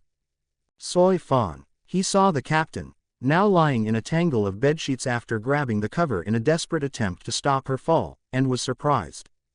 Ichigo. Soi Fon returned, with a wince, as she rubbed her sore rear. Era, are you okay? The orange-haired hybrid asked. I'm fine. The captain frowned, and Ichigo noticed. You don't feel fine, Ichigo said, as he felt the Raryoku-soaked air around him. It told of a bad mood. What's wrong? Soi Fon didn't answer, so the male asked again. You aren't hurt, are you? Ichigo's eyes flicked over her form, but couldn't see much of it as it was covered by her duvet. No, I am uninjured. Is everything okay with Suzumaki? Everything is fine. Did you have a nightmare? Ichigo asked, worried and confused. He didn't know what could possibly be distressing Soi Fon so much. No, I'm fine. Soi Fon barked at him, with red cheeks. I fell over because you made me jump, you moron. Oh good. Ichigo blinked. But why was your Raryoku so angry? That can't have been because I made you jump. Soi Fon mumbled something. I'm sorry, I missed that. It isn't any of your business, Ichigo. Please leave it alone. I don't think I can, Ichigo said hesitantly. And why not? Soi Fon asked in return, with narrowed eyes. Suzumbaki'll bug me until I help you and do something else. Ichigo felt heat creep up his neck and suppressed the thought. How will my Zanpakuto bug you? Ichigo sighed. Well, after the confrontation I had with Muramasa, Zanpakuto have been able to come and go to my mindscape. Ida feels like Zangetsu has made progress in blocking them out, but I think he just sealed off the biggest entrance. I'm pretty sure that they'll still be able to get inside. How he knew this, Ichigo had no idea. Maybe he was just getting some clarity on the newest aspect of his life. Annoying an aspect as it might be. So my Zanpakuto visited you? Soi Fon asked. Ichigo didn't like how flat her tone was. Yeah, and blackmailed you into coming to visit me. Was it just him or did Soi Fon's voice waver slightly? Of course she did. Why else would you come? Ichigo opened his mouth to correct her, only to find that Soi Fon vanished in a flicker of shunpo and his words fell short. No, that's not why. Ichigo frowned. What the fuck is going on here? He muttered, rubbing his jaw. A voice answered him. My idiot wielder is insecure. It said. Ichigo realized, a few beats later, that it must be Suzumbaki. Why, he thought, in a frustrated tone. She's confident in every other aspect of life, why on earth would she be insecure here? Inside his own head, it was not difficult for the orange-haired teen to hear the Zanpakuto's hesitance. What is it? Why are you hesitating now? It's Yoruichi's fault, Suzumbaki blurted. How is it Yoruichi's fault? She abandoned us her. That was the only time Soi Fon cared. At least in that way. You must know that she grew obsessed with her mentor, we fell for her, and then Yoruichi abandoned us. And that's responsible for EHR insecurity. Ichigo frowned. Then, it was replaced by a look of realization. She doesn't think she's unworthy, does she? I don't know about unworthy, but she doesn't think anyone could or would care about her like that. You could have anyone, and she thinks it would ridiculous for you to pick her when you could have Yoruichi. Ichigo frowned. He didn't know how to respond to that. It was a state of being that was foreign to him. Can you tell me where your wielder is, Suzumbaki? He asked, instead. Shesha training her subordinates. Suzumbaki answered, with a hint of amusement. Right, to 2nd Division's grounds, then. Ichigo vanished in a blur of movement and a blink of light. Dash opening parenthesis closing parenthesis opening parenthesis closing parenthesis dash. When he arrived at the division, Ichigo's eyes widened minutely as he discovered the reason for Suzumbaki's pause. Through the courtyard, there were masked members of the 2nd Division lying and clutching various parts of their bodies. Their groans told Ichigo that the pain was real, but the absence of any blood or serious injury told him that they weren't under attack. And, so, he dismissed the Shinigami and looked at the only standing person in the immediate vicinity. Who happened to be the person Ichigo was here to see? Soi Fon stood over the still form of Omaeda, with her shoulders rising and falling rapidly as her lungs contracted. In her hand, the captain held a training sword that was roughly the shape necessary to inflict the red welts on her irritating lieutenant's face. Ichigo hesitated, before stepping forwards. Soi Fon's head snapped around, and gray eyes found him in a moment as her hand tightened around the knot sword in her hand. Ichigo raised his hand in the universal gesture of a non-threat, and the petite female winced ever so slightly as her eyes darted around the yard. That was curious. Ichigo didn't expect her to be remorseful for kicking their asses. He would have thought she'd pin the blame on their weakness instead.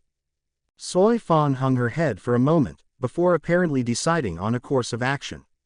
She vanished in a flash of shunpo, and Ichigo's hands fell to his side once again as he heard a grumble of annoyance come from inside his skull. Externally, He echoed his Zanpakuto's sentiment before his Raryoku gathered around his feet and he, too, moved faster than the eye can see.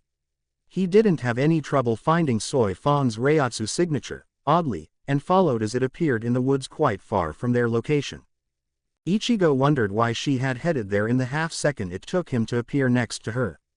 The hybrid landed smoothly on his feet, and opened his mouth to speak as he raised a hand to tap Soi Fon on the shoulder. Then, she vanished again. Ichigo followed, and found himself stood on the roof of one of the civilian shopping districts. Soi Fon fled a heartbeat later, and Ichigo followed without hesitation this time. He was vaguely aware of the fact that the rooftop cracked as he was propelled towards Soi Fon's destination. That she had not stopped before he started meant the pair arrived within a millisecond of each other. And Ichigo had time to get out a word. Wait, Soi Fon vanished, and Ichigo couldn't tell if she had heard him or not. Ichigo followed her progress in his mind, and shunpoed after the fleeing female with confusion in his mind.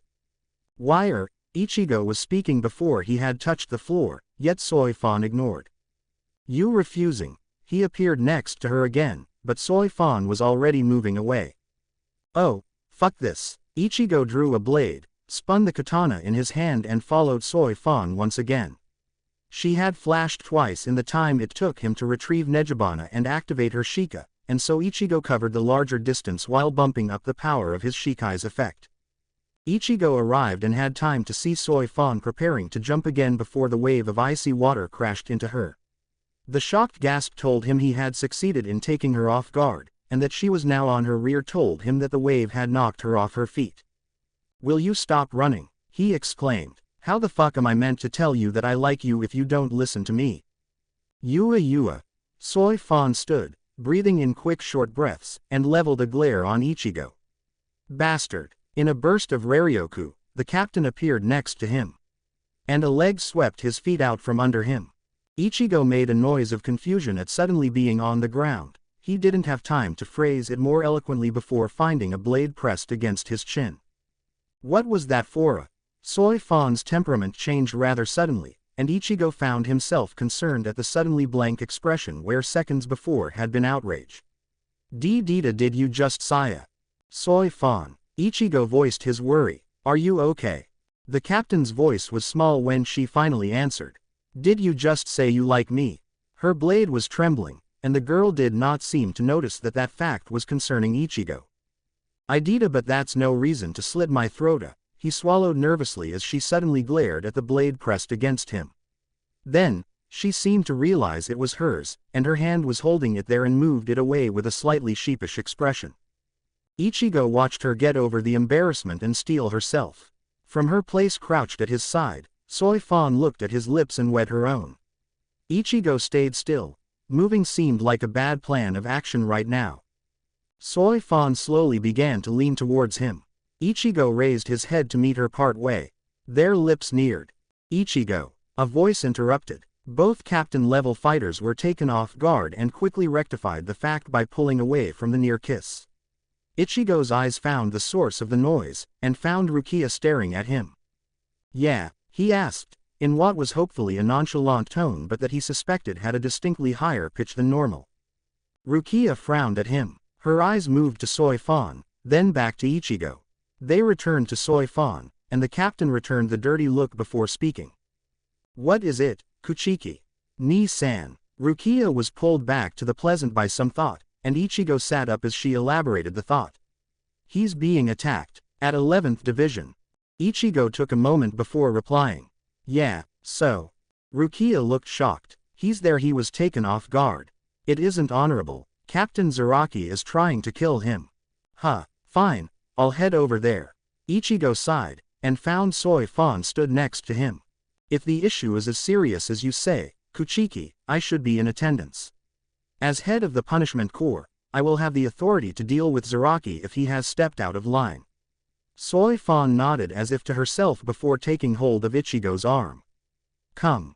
The hybrid human was dragged alongside Soi Fon as she shunpoed to the 11th Division barracks, and found that it was very uncomfortable. As in felt like his arm was being dislocated uncomfortable.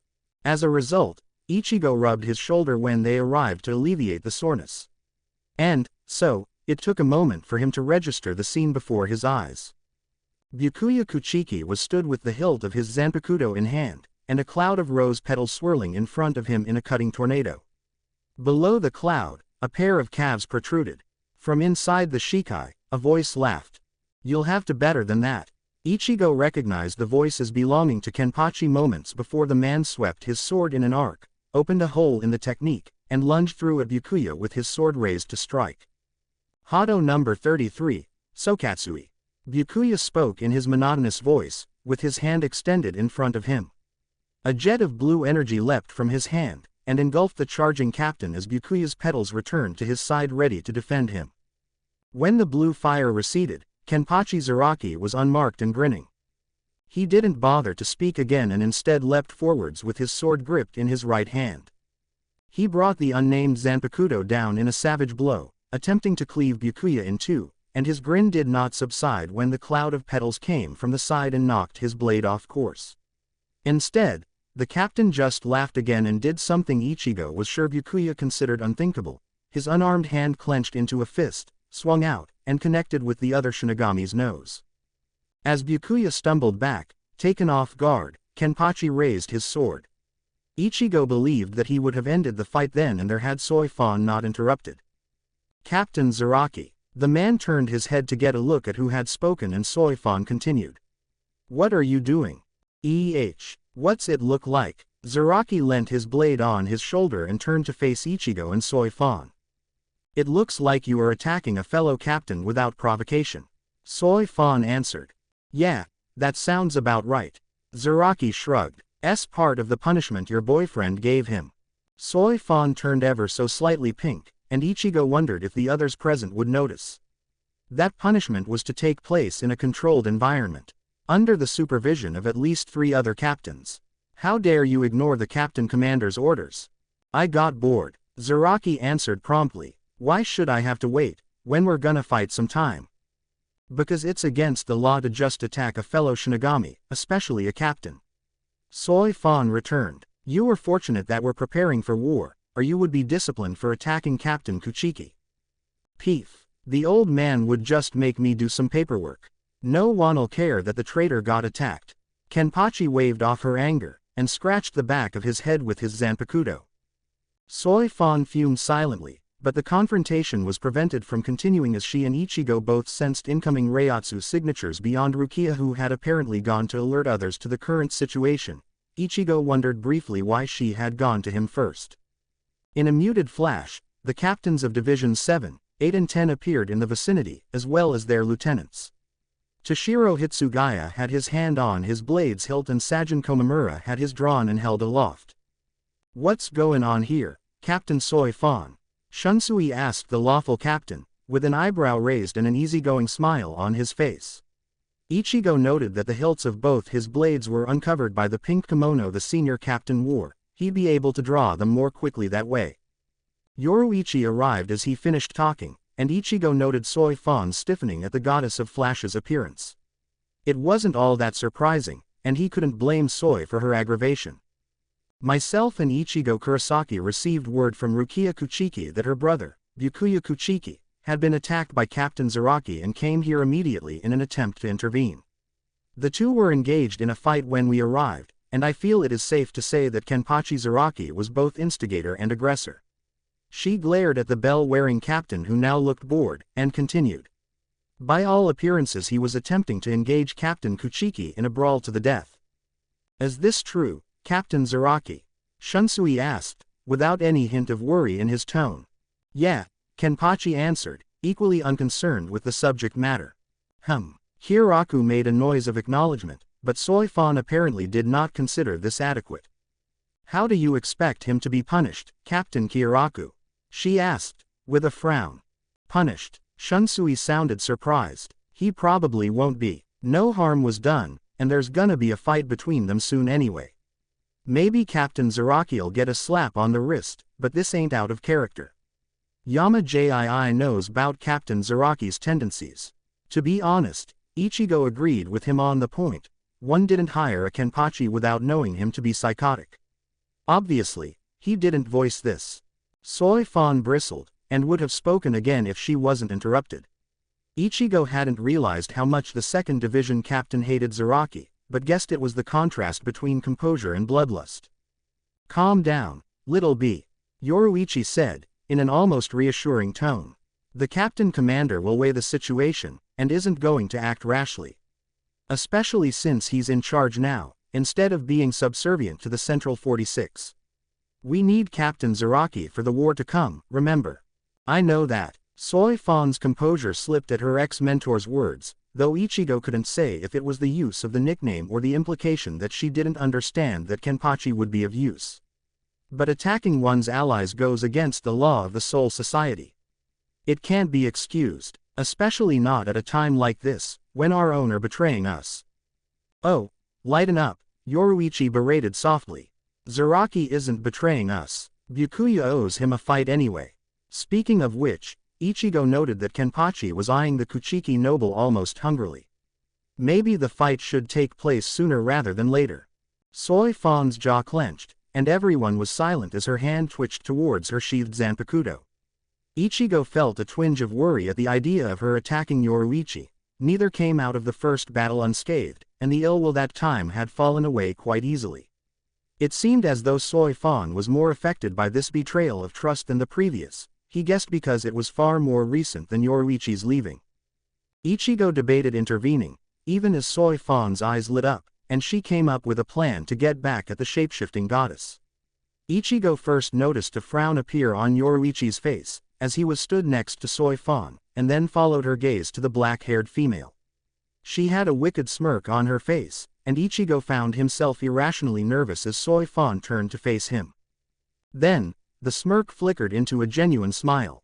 She stood on her tiptoes, and raised her hands to take hold of Ichigo's face and pull him down to meet her. His mind went blank, as she kissed him, and Ichigo vaguely noted the sound of a growl from the sidelines as he sank into the feeling of Soi Fon's soft lips against his. Chapter 28. Interrupted by a kick. Ichigo's eyes fluttered open, and displayed his confusion to any who would look into them. Of course, nobody was near enough to do so considering the cause of his befuddled mind state. "Hey," a voice inside his head objected, as he struggled to form a thought. "Where'd she go?" Nejibana asked in an annoyed tone, frowning. Ichigo had no answer for her, as he stared at the spot that had, only moments before, contained Soi Fon.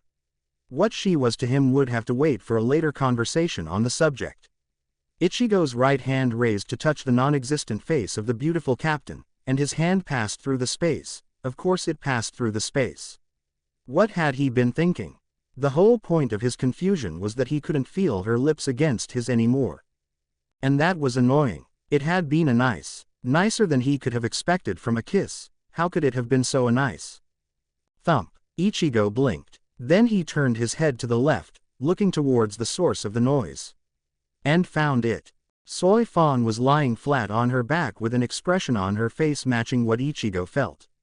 Pure confusion. Obviously, she didn't know what had happened to end their kiss either. Did the woman standing between he and she with her leg extended? "Lady Yoruichi," Soi Fon asked, frowning at her ex-mentor from the ground. "What's going on? Did you kick me?" Ichigo couldn't see Yoruichi's face from his position, but something about the expression had attracted Soi Fon's attention. The smaller female sprang to her feet, and Ichigo's eyes followed the movement as she fell into a fighting stance, with the majority of her weight resting on her back foot, with anger creasing her brow. He recognized it as one of the base forms of Hakuta that she frequently used. Come to think of it, so did Yoruichi. Was something special about it? I believe that it allows for a fast transition into Ho-Ho techniques. Zanjetsu offered. Soi Fon's right fist closed. That isn't important. Ichigo, you have to stop this before they start. Soi Fon moved in a blur, and Ichigo's eyes barely followed the movement as her fist buried itself in Yoruichi's abdomen. The movement was quick enough that the purple-haired exile and physics both seemed to take a moment to realize what had happened. When they did, however, Yoruichi was thrown backwards with force that betrayed Soi Fon's harmful intention. This was further punctuated by the petite captain springing forwards in a burst of shunpo, and intercepting Yoruichi's flight with a hammer kick that slammed Yoruichi into the ground and surprised everyone present. In the time it took Ichigo to blink once, Yoruichi was on her feet and her own foot was swinging in an arc that connected with Soi Fon's raised forearm. The impact sent out a pulse of Reiatsu, and this told Ichigo that, had it been any Shinigami below the level of a captain, the blow would have left the blocking limb broken and battered. His brain started moving again, and Ichigo wondered if he should stop this. Yes, you should stop this. Preferably before they kill each other. Nejibana berated him, and Ichigo blinked. His fuzzy mind was still slowly catching up to what was going on, and what had happened. Soi Fon had been moved slightly by the blow, as was indicated by the indentations her feet made in the floor as it happened. But she held the advantage now, and Yoruichi's expression showed she knew it. In the attempt to attack, the Flash Goddess had neglected her defense, and Soi Fon took a hold of her ankle. Then, she did something martial arts related. Far more complex than anything Ichigo knew, it seemed very effective as she sent Yoruichi into the sky while maintaining her grip on the leg, and darted upwards herself to plant a foot in Yoruichi's throat. Then, Yoruichi blocked it with her uncaptured foot. Ichigo blinked again at the fact that the exile had done so effortlessly, and would have marveled at the flexibility had blinking not resulted in missing another position change. Yoruichi had somehow freed herself from the hold, and both were now in midair exchanging blows faster than the average eye could follow. Of course most of the observers were well above average, and so could follow the complexity of their enraged attacks, and could see that, if one's defenses fell, the other would surely capitalize and land a finishing blow. It spoke of their skill that neither faltered for a moment. Ichigo knew what the outcome would be, as unhappy as he was with the knowledge, before it came. Soi Fon's hand went for her blade, almost certainly to unleash her shikai, and took a hold of the hilt. She began to draw, and triumph shone in Yoruichi's eyes. While Suzumaki would give Soi Fon an advantage, the act of drawing the blade took a second she did not have to spare, and removed one of the captain's limbs from the fight. The Shihoin fighter knocked the other hand away with her right forearm, and blocked an attempted kick from Soi Fon with her left. And her own leg struck out, and slammed into Soi Fon's side. Even from his place on the ground, Ichigo heard the crack of Soi Fon's ribs. And one of the voices inside his head snarled as another cursed and his own brow fell into a deep, concerned frown. Soi Fon seemed to stay in place for a moment, as she processed what had just happened. Then, she coughed a splatter of blood and rocketed into the ground off to the left of the spectators. She hit the floor and rolled and tumbled. And then stood up, her free left hand resting on her broken ribs as the other held Suzumaki precariously. "Sting all enemies to death, a Suzumaki," she whispered, and in a moment the blade had shone with a bright yellow light, and shrunk into the thin gauntlet in the shape of a stinger that was her shikai. Ichigo's eyes, however, remained on Soi's side with worry clear in them to anyone had they been paying attention to him instead of the two who were fighting. Yoruichi appeared on the ground in front of her estranged apprentice with a rare serious expression. Each woman stared the other down with intensity in their gaze. And then, seemingly spontaneous on both parts, they burst into action again. But Ichigo's original assumption was only fortified by Soi Fon's injury. She had already lost this fight once, and fighting in her current condition meant, no matter how determined the captain of 2nd Division might be, she stood little to no chance of victory. And Ichigo could no longer tune out the two voices demanding that he act, or the ominous feeling his oldest non-lingual spirit was projecting. He didn't want to intervene, or he didn't want to intervene might be more accurate. For the sake of Soi Fon's pride, she would be upset with him, surely, if he stopped the fight. But if he didn't, Yoruichi had a trio of butterfly-style tattoos on her torso, each no more than 2 centimeters from the others. On her left wrist, the goddess of the flash had another, having sacrificed that point to prevent Soi Fon from landing the killing blow. Soi Fon's injuries were more significant, as she had failed to land a second strike on any Suzumbaki's marks. Her left arm had taken the entirety of one of Yoruichi's blows, and the strength of that attack had left it hanging limply next to her. Most likely, the elbow joint had a serious fracture, as that was where Yoruichi's kick had landed specifically. Ichigo guessed that there was a jawline fracture, as the purple-haired exile had clipped her ex-pupil's chin. The captain was also favoring her right leg, though it seemed to support some of her weight when needed.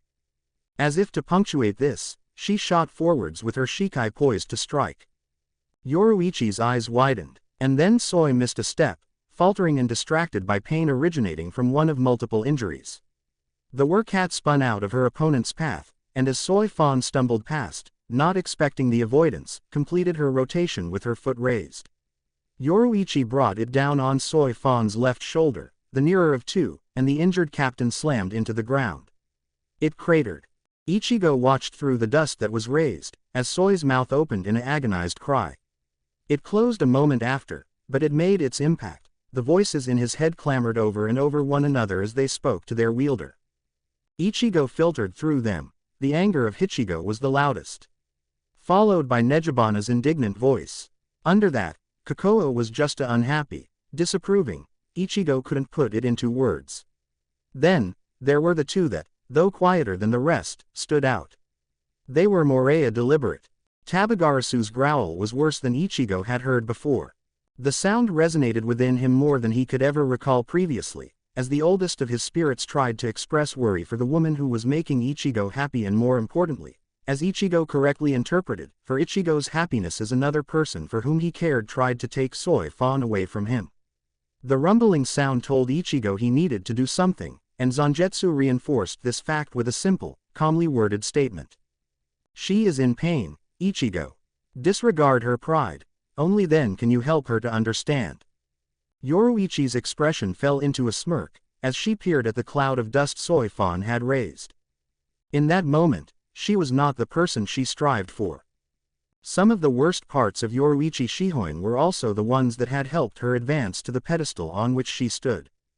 Her ruthlessness had been necessary as head of the punishment corps of the Onmitsukido, and the sadism she had tried to squash in the 100 years hence had never truly died. How could it, in the presence of Kazuki Urahara?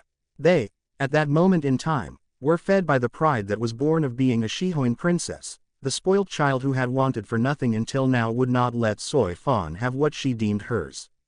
Wouldn't accept defeat when it came to Ichigo. They were meant to be together, not he and Soi, and she was willing to do anything for him. A Cheshire grin spread across Yoruichi's face, as she caught sight of a small figure in the cloud, hunched over and shaking. Come on, little bee, she said sweetly, and crossed her arms over her ample chest. Where's that fierce exterior gone? How can you expect to beat me like this? How can you expect to win anything when you're so very pathetic? The goddess of the flash said, slowly to highlight the condescension in her tone. The figure rose slowly, as though dearly injured, and Yoruichi spoke again. That's more like it, little bee. At least this way your last moments won't bring shame to Ichigo for laying his lips on you. Yoruichi's eyes widened, and she appeared 10 meters away with her hand pressed to her throat. She gasped, as an ink-black butterfly spread beneath her fingers, and her eyes locked onto Soi Fon, stood in the spot she had just evacuated. Steel-gray eyes, as hard as the metal itself, bored into pools of gold as the current captain stood motionless with her shikai still extended from her dodged second strike. Bakudo number 1. Sigh. Soi Fon's voice was quiet. Yoruichi missed the word, and so her surprise was understandable. What the air you really this desperate, Soi? You know my Raryoku is stronger than yours. What's the poi? She was cut off by Flash stepping from danger again, and then continued with a frown. You aren't going to catch me out twice, little bee. The stinger of Soi Fon's shikai had skimmed Yoruichi's throat, but the dodge had been inevitable. Yoruichi scowled at her ex-protege, and the cold fury in Soi's eyes. That was part of captaincy that the younger of the two of them had mastered to a greater degree. Soi Fon was icy during battle, to the point that it was unnerving even to Yoruichi that no emotion was coming from the gray eyes she knew well. Yoruichi was smart enough to know that Soi was not being quiet for the sake of shyness, not in this case at least. She was thinking, and a plan of attack from her opponent was not welcome in Yoruichi's mind. So she would have to end the fight now. Before the tables could be turned. She should have done so already, but cats like to play with their food. She vanished, in a single step of Shunpo, and, as she appeared in front of Soi Fon, Yoruichi attacked. Her foot swung through the air, to strike Soi Fon in the side of the head. And then it stopped. It took Yoruichi half a second to register the sight before her. And when she did, the air froze in her chest as she stared into burning crimson eyes sat in the face of her desired. Stop. That wasn't Ichigo's voice. Below the surface, she could hear his words, but the familiar tones were covered by something dark. A gravelly, deep voice that belonged in a demon's maw, not coming from the mouth Ichigo Kurosaki. She couldn't stop looking at him. Her eyes were frozen on the rage-filled gaze directed at her for what felt like an eternity as she awaited death. She couldn't breathe, couldn't move, couldn't even think beyond the fear that was gripping her heart. And then he looked away, turning his head to stare at Soi Fon. When had she passed out? How had she? Yoruichi hadn't had the time to strike her, so whoa. Move. That was her own voice, urging her to flee. Buddha, why couldn't she? How was she trapped in place? Her eyes moved to her ankle, in the grip of whatever was possessing Ichigo. The palm of his hand had sapphire veins snaking across his skin, but Yoruichi discounted that for the time being. She had more important things to worry about, namely getting out of here. No, she couldn't run. Ichigo would be lost if she didn't help him. But could she help him? How could she go about freeing him from this monster's clutches? She would need help. The captain commander. He was the one most likely to know what the hell this meant, and she felt certain that he would want to protect such a valuable ally. So her plan had two steps. She would free herself, and then fetch the Genryusai Yamamoto. And she would grab Soi Fon. She couldn't leave her to the clutches off of this. As Yoruichi readied herself, preparing to use Shunko to put not Ichigo down long enough to act properly, she took a slow, deep breath. And Ichigo heard her. He turned and frowned at the purple-haired woman. Why would you do this, Yoruichi? Why do you keep hurting her? He vanished, and with him went Soi Fon's unconscious form. Yoruichi stumbled back with wide eyes, as something crept into the pit of her stomach. Self-loathing, she would later name it. As her eyes moved to the spot Ichigo had been holding, and found the shallow cutting claw marks, it dawned on her how he must have viewed her at that moment. How similar it must have been to the thought she had had seeing those burning red eyes, and that he wouldn't be wrong. What did humans call jealousy? A green monster. So what did that make her, to be ruled by the horrid emotion? What was wrong with her? Dash opening parenthesis closing parenthesis opening parenthesis closing parenthesis dash. I'll fix that later, Ichigo sighed, glancing back at the wooden wall he had demolished. He must have missed that last time he was here, because he had no recollection of Soi Fon's room having a division between her sleeping area and the entrance. He carefully shifted the weight of the girl in his arms, and took a slow step towards her bed. Her healing would be an easier experience if she stayed asleep, according to old man Zanjetsu. Ichigo wondered if he should be worried. Soi Fon's pride was substantial, and he had interrupted her fight. Hopefully, that would not jeopardize their relationship before it began. I doubt it could, Ichigo. Nejibana assured him. Considering the time the two of you have been dancing around it, I expect you would have to do something exceedingly silly to ruin what you have. Since you were acting in her interest, I am sure Soi will see reason. In case she doesn't, I wreck. If you do as your idiot aspect will no doubt suggest, though, I doubt she will be forgiving. Women are not very forgiving when it comes to being molested in their sleep. Molest's such an ugly word. I prefer the term, slumber party. That doesn't change the fact that you are trying to sabotage Ichigo's relationship through molestation. Whatever you call it, it is a disgusting thing to suggest. Agree to disagree. I think I'm being romantic, and that Ichigo should follow my lead to tell her how he feels. Via a romantic gesture. Note a not that, you disgusting hollow. Guys, please shut up, you're fucking with my Raryoku again. Ichigo berated, with a concerned glance at the unconscious captain and the frown that had darkened her expression as the two argued. I get that you don't like each other, but it can wait. His mental tone was exasperated, and the two unhappily fell silent. Ichigo gently set her down on the soft surface, and exhaled a sigh through his nose.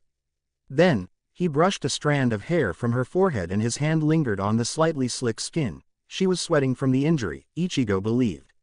She couldn't have bad enough luck to have fallen ill at the same time as all of this was happening, not when Shinigami with high Reiatsu were so well protected from any and all sickness. And yet he was worried about her. The Raryoku Ichigo gave her was turquoise, a mixture of the healthy healing green and his own blue Reiatsu. Soi Fon stilled at receiving the energy, and Ichigo smiled softly at the serenity that seeped into her expression. He stayed there for a moment, and then a comment reached him. "You're being creepy, King. Why are you watching? Sleep." That killed the mood Ichigo had been enjoying, and he stood slowly so as not to disturb her. He turned, and slowly walked out of the room. This time, she didn't complain. For some reason, Ichigo felt it was because his Raryoku was still working on healing her. Or maybe she was just in a better mental state at the moment, even if she was injured physically. The hybrid man didn't know, and had a feeling she would not want to divulge it to him. As he stepped out of the building, Ichigo molded the Reiatsu around his feet, and pushed himself up onto the nearest building. There, he was still as he listened to the quiet in his mind. He sat on the rooftop, scratched his cheek, and thought on the events of the day. A lot had happened, and something new had come to light. Yoruichi was in the wrong. Obviously, she was. Soi Fon only escaped serious injury by chance in his action. But would the teacher have killed her student? He didn't think so. Ichigo was sure that Yoruichi cared about Soi, that she would have stopped before she'd done anything irreparable. Most likely, she would have had a guilt trip, and brought Soi Fon to the medics of the 4th Division, and everything would have been made right eventually. If this meant that their friendship would be repaired, and ignoring the causation of the fight, that left only one problem that Ichigo needed to deal with. Because, while Yoruichi would not have taken a life today, Ichigo had been far too close for comfort. He, and Tabagarasu through him, only avoided striking Yoruichi Byakuya well, because it was Yoruichi. In that situation, or in any situation like it, with anyone other than the handful of people Ichigo cared deeply about, the outcome would have been less favorable. That he would have struck them wasn't even a question. If he was lucky, maybe Tabagarasu wouldn't have been so close to the surface. If that was the case, there was less chance of the Shikai accidentally forming, and that meant that Ichigo's strike would have been survivable for all of the captains, and likely most of the lieutenants. But what about the others? What if one of his human friends did something to aggravate him? Kami knows how annoying Keigo could be. Ichigo could so easily hit him and not even think twice about it. It was a habit long since ingrained in him, to punch the needy boy in the face to put down his excitement. And the way Ichigo was now, that would result in him killing his friend. Thank you for watching. If you enjoyed the video, be sure to like, comment and subscribe, as well as checking out the author on fanfiction.net.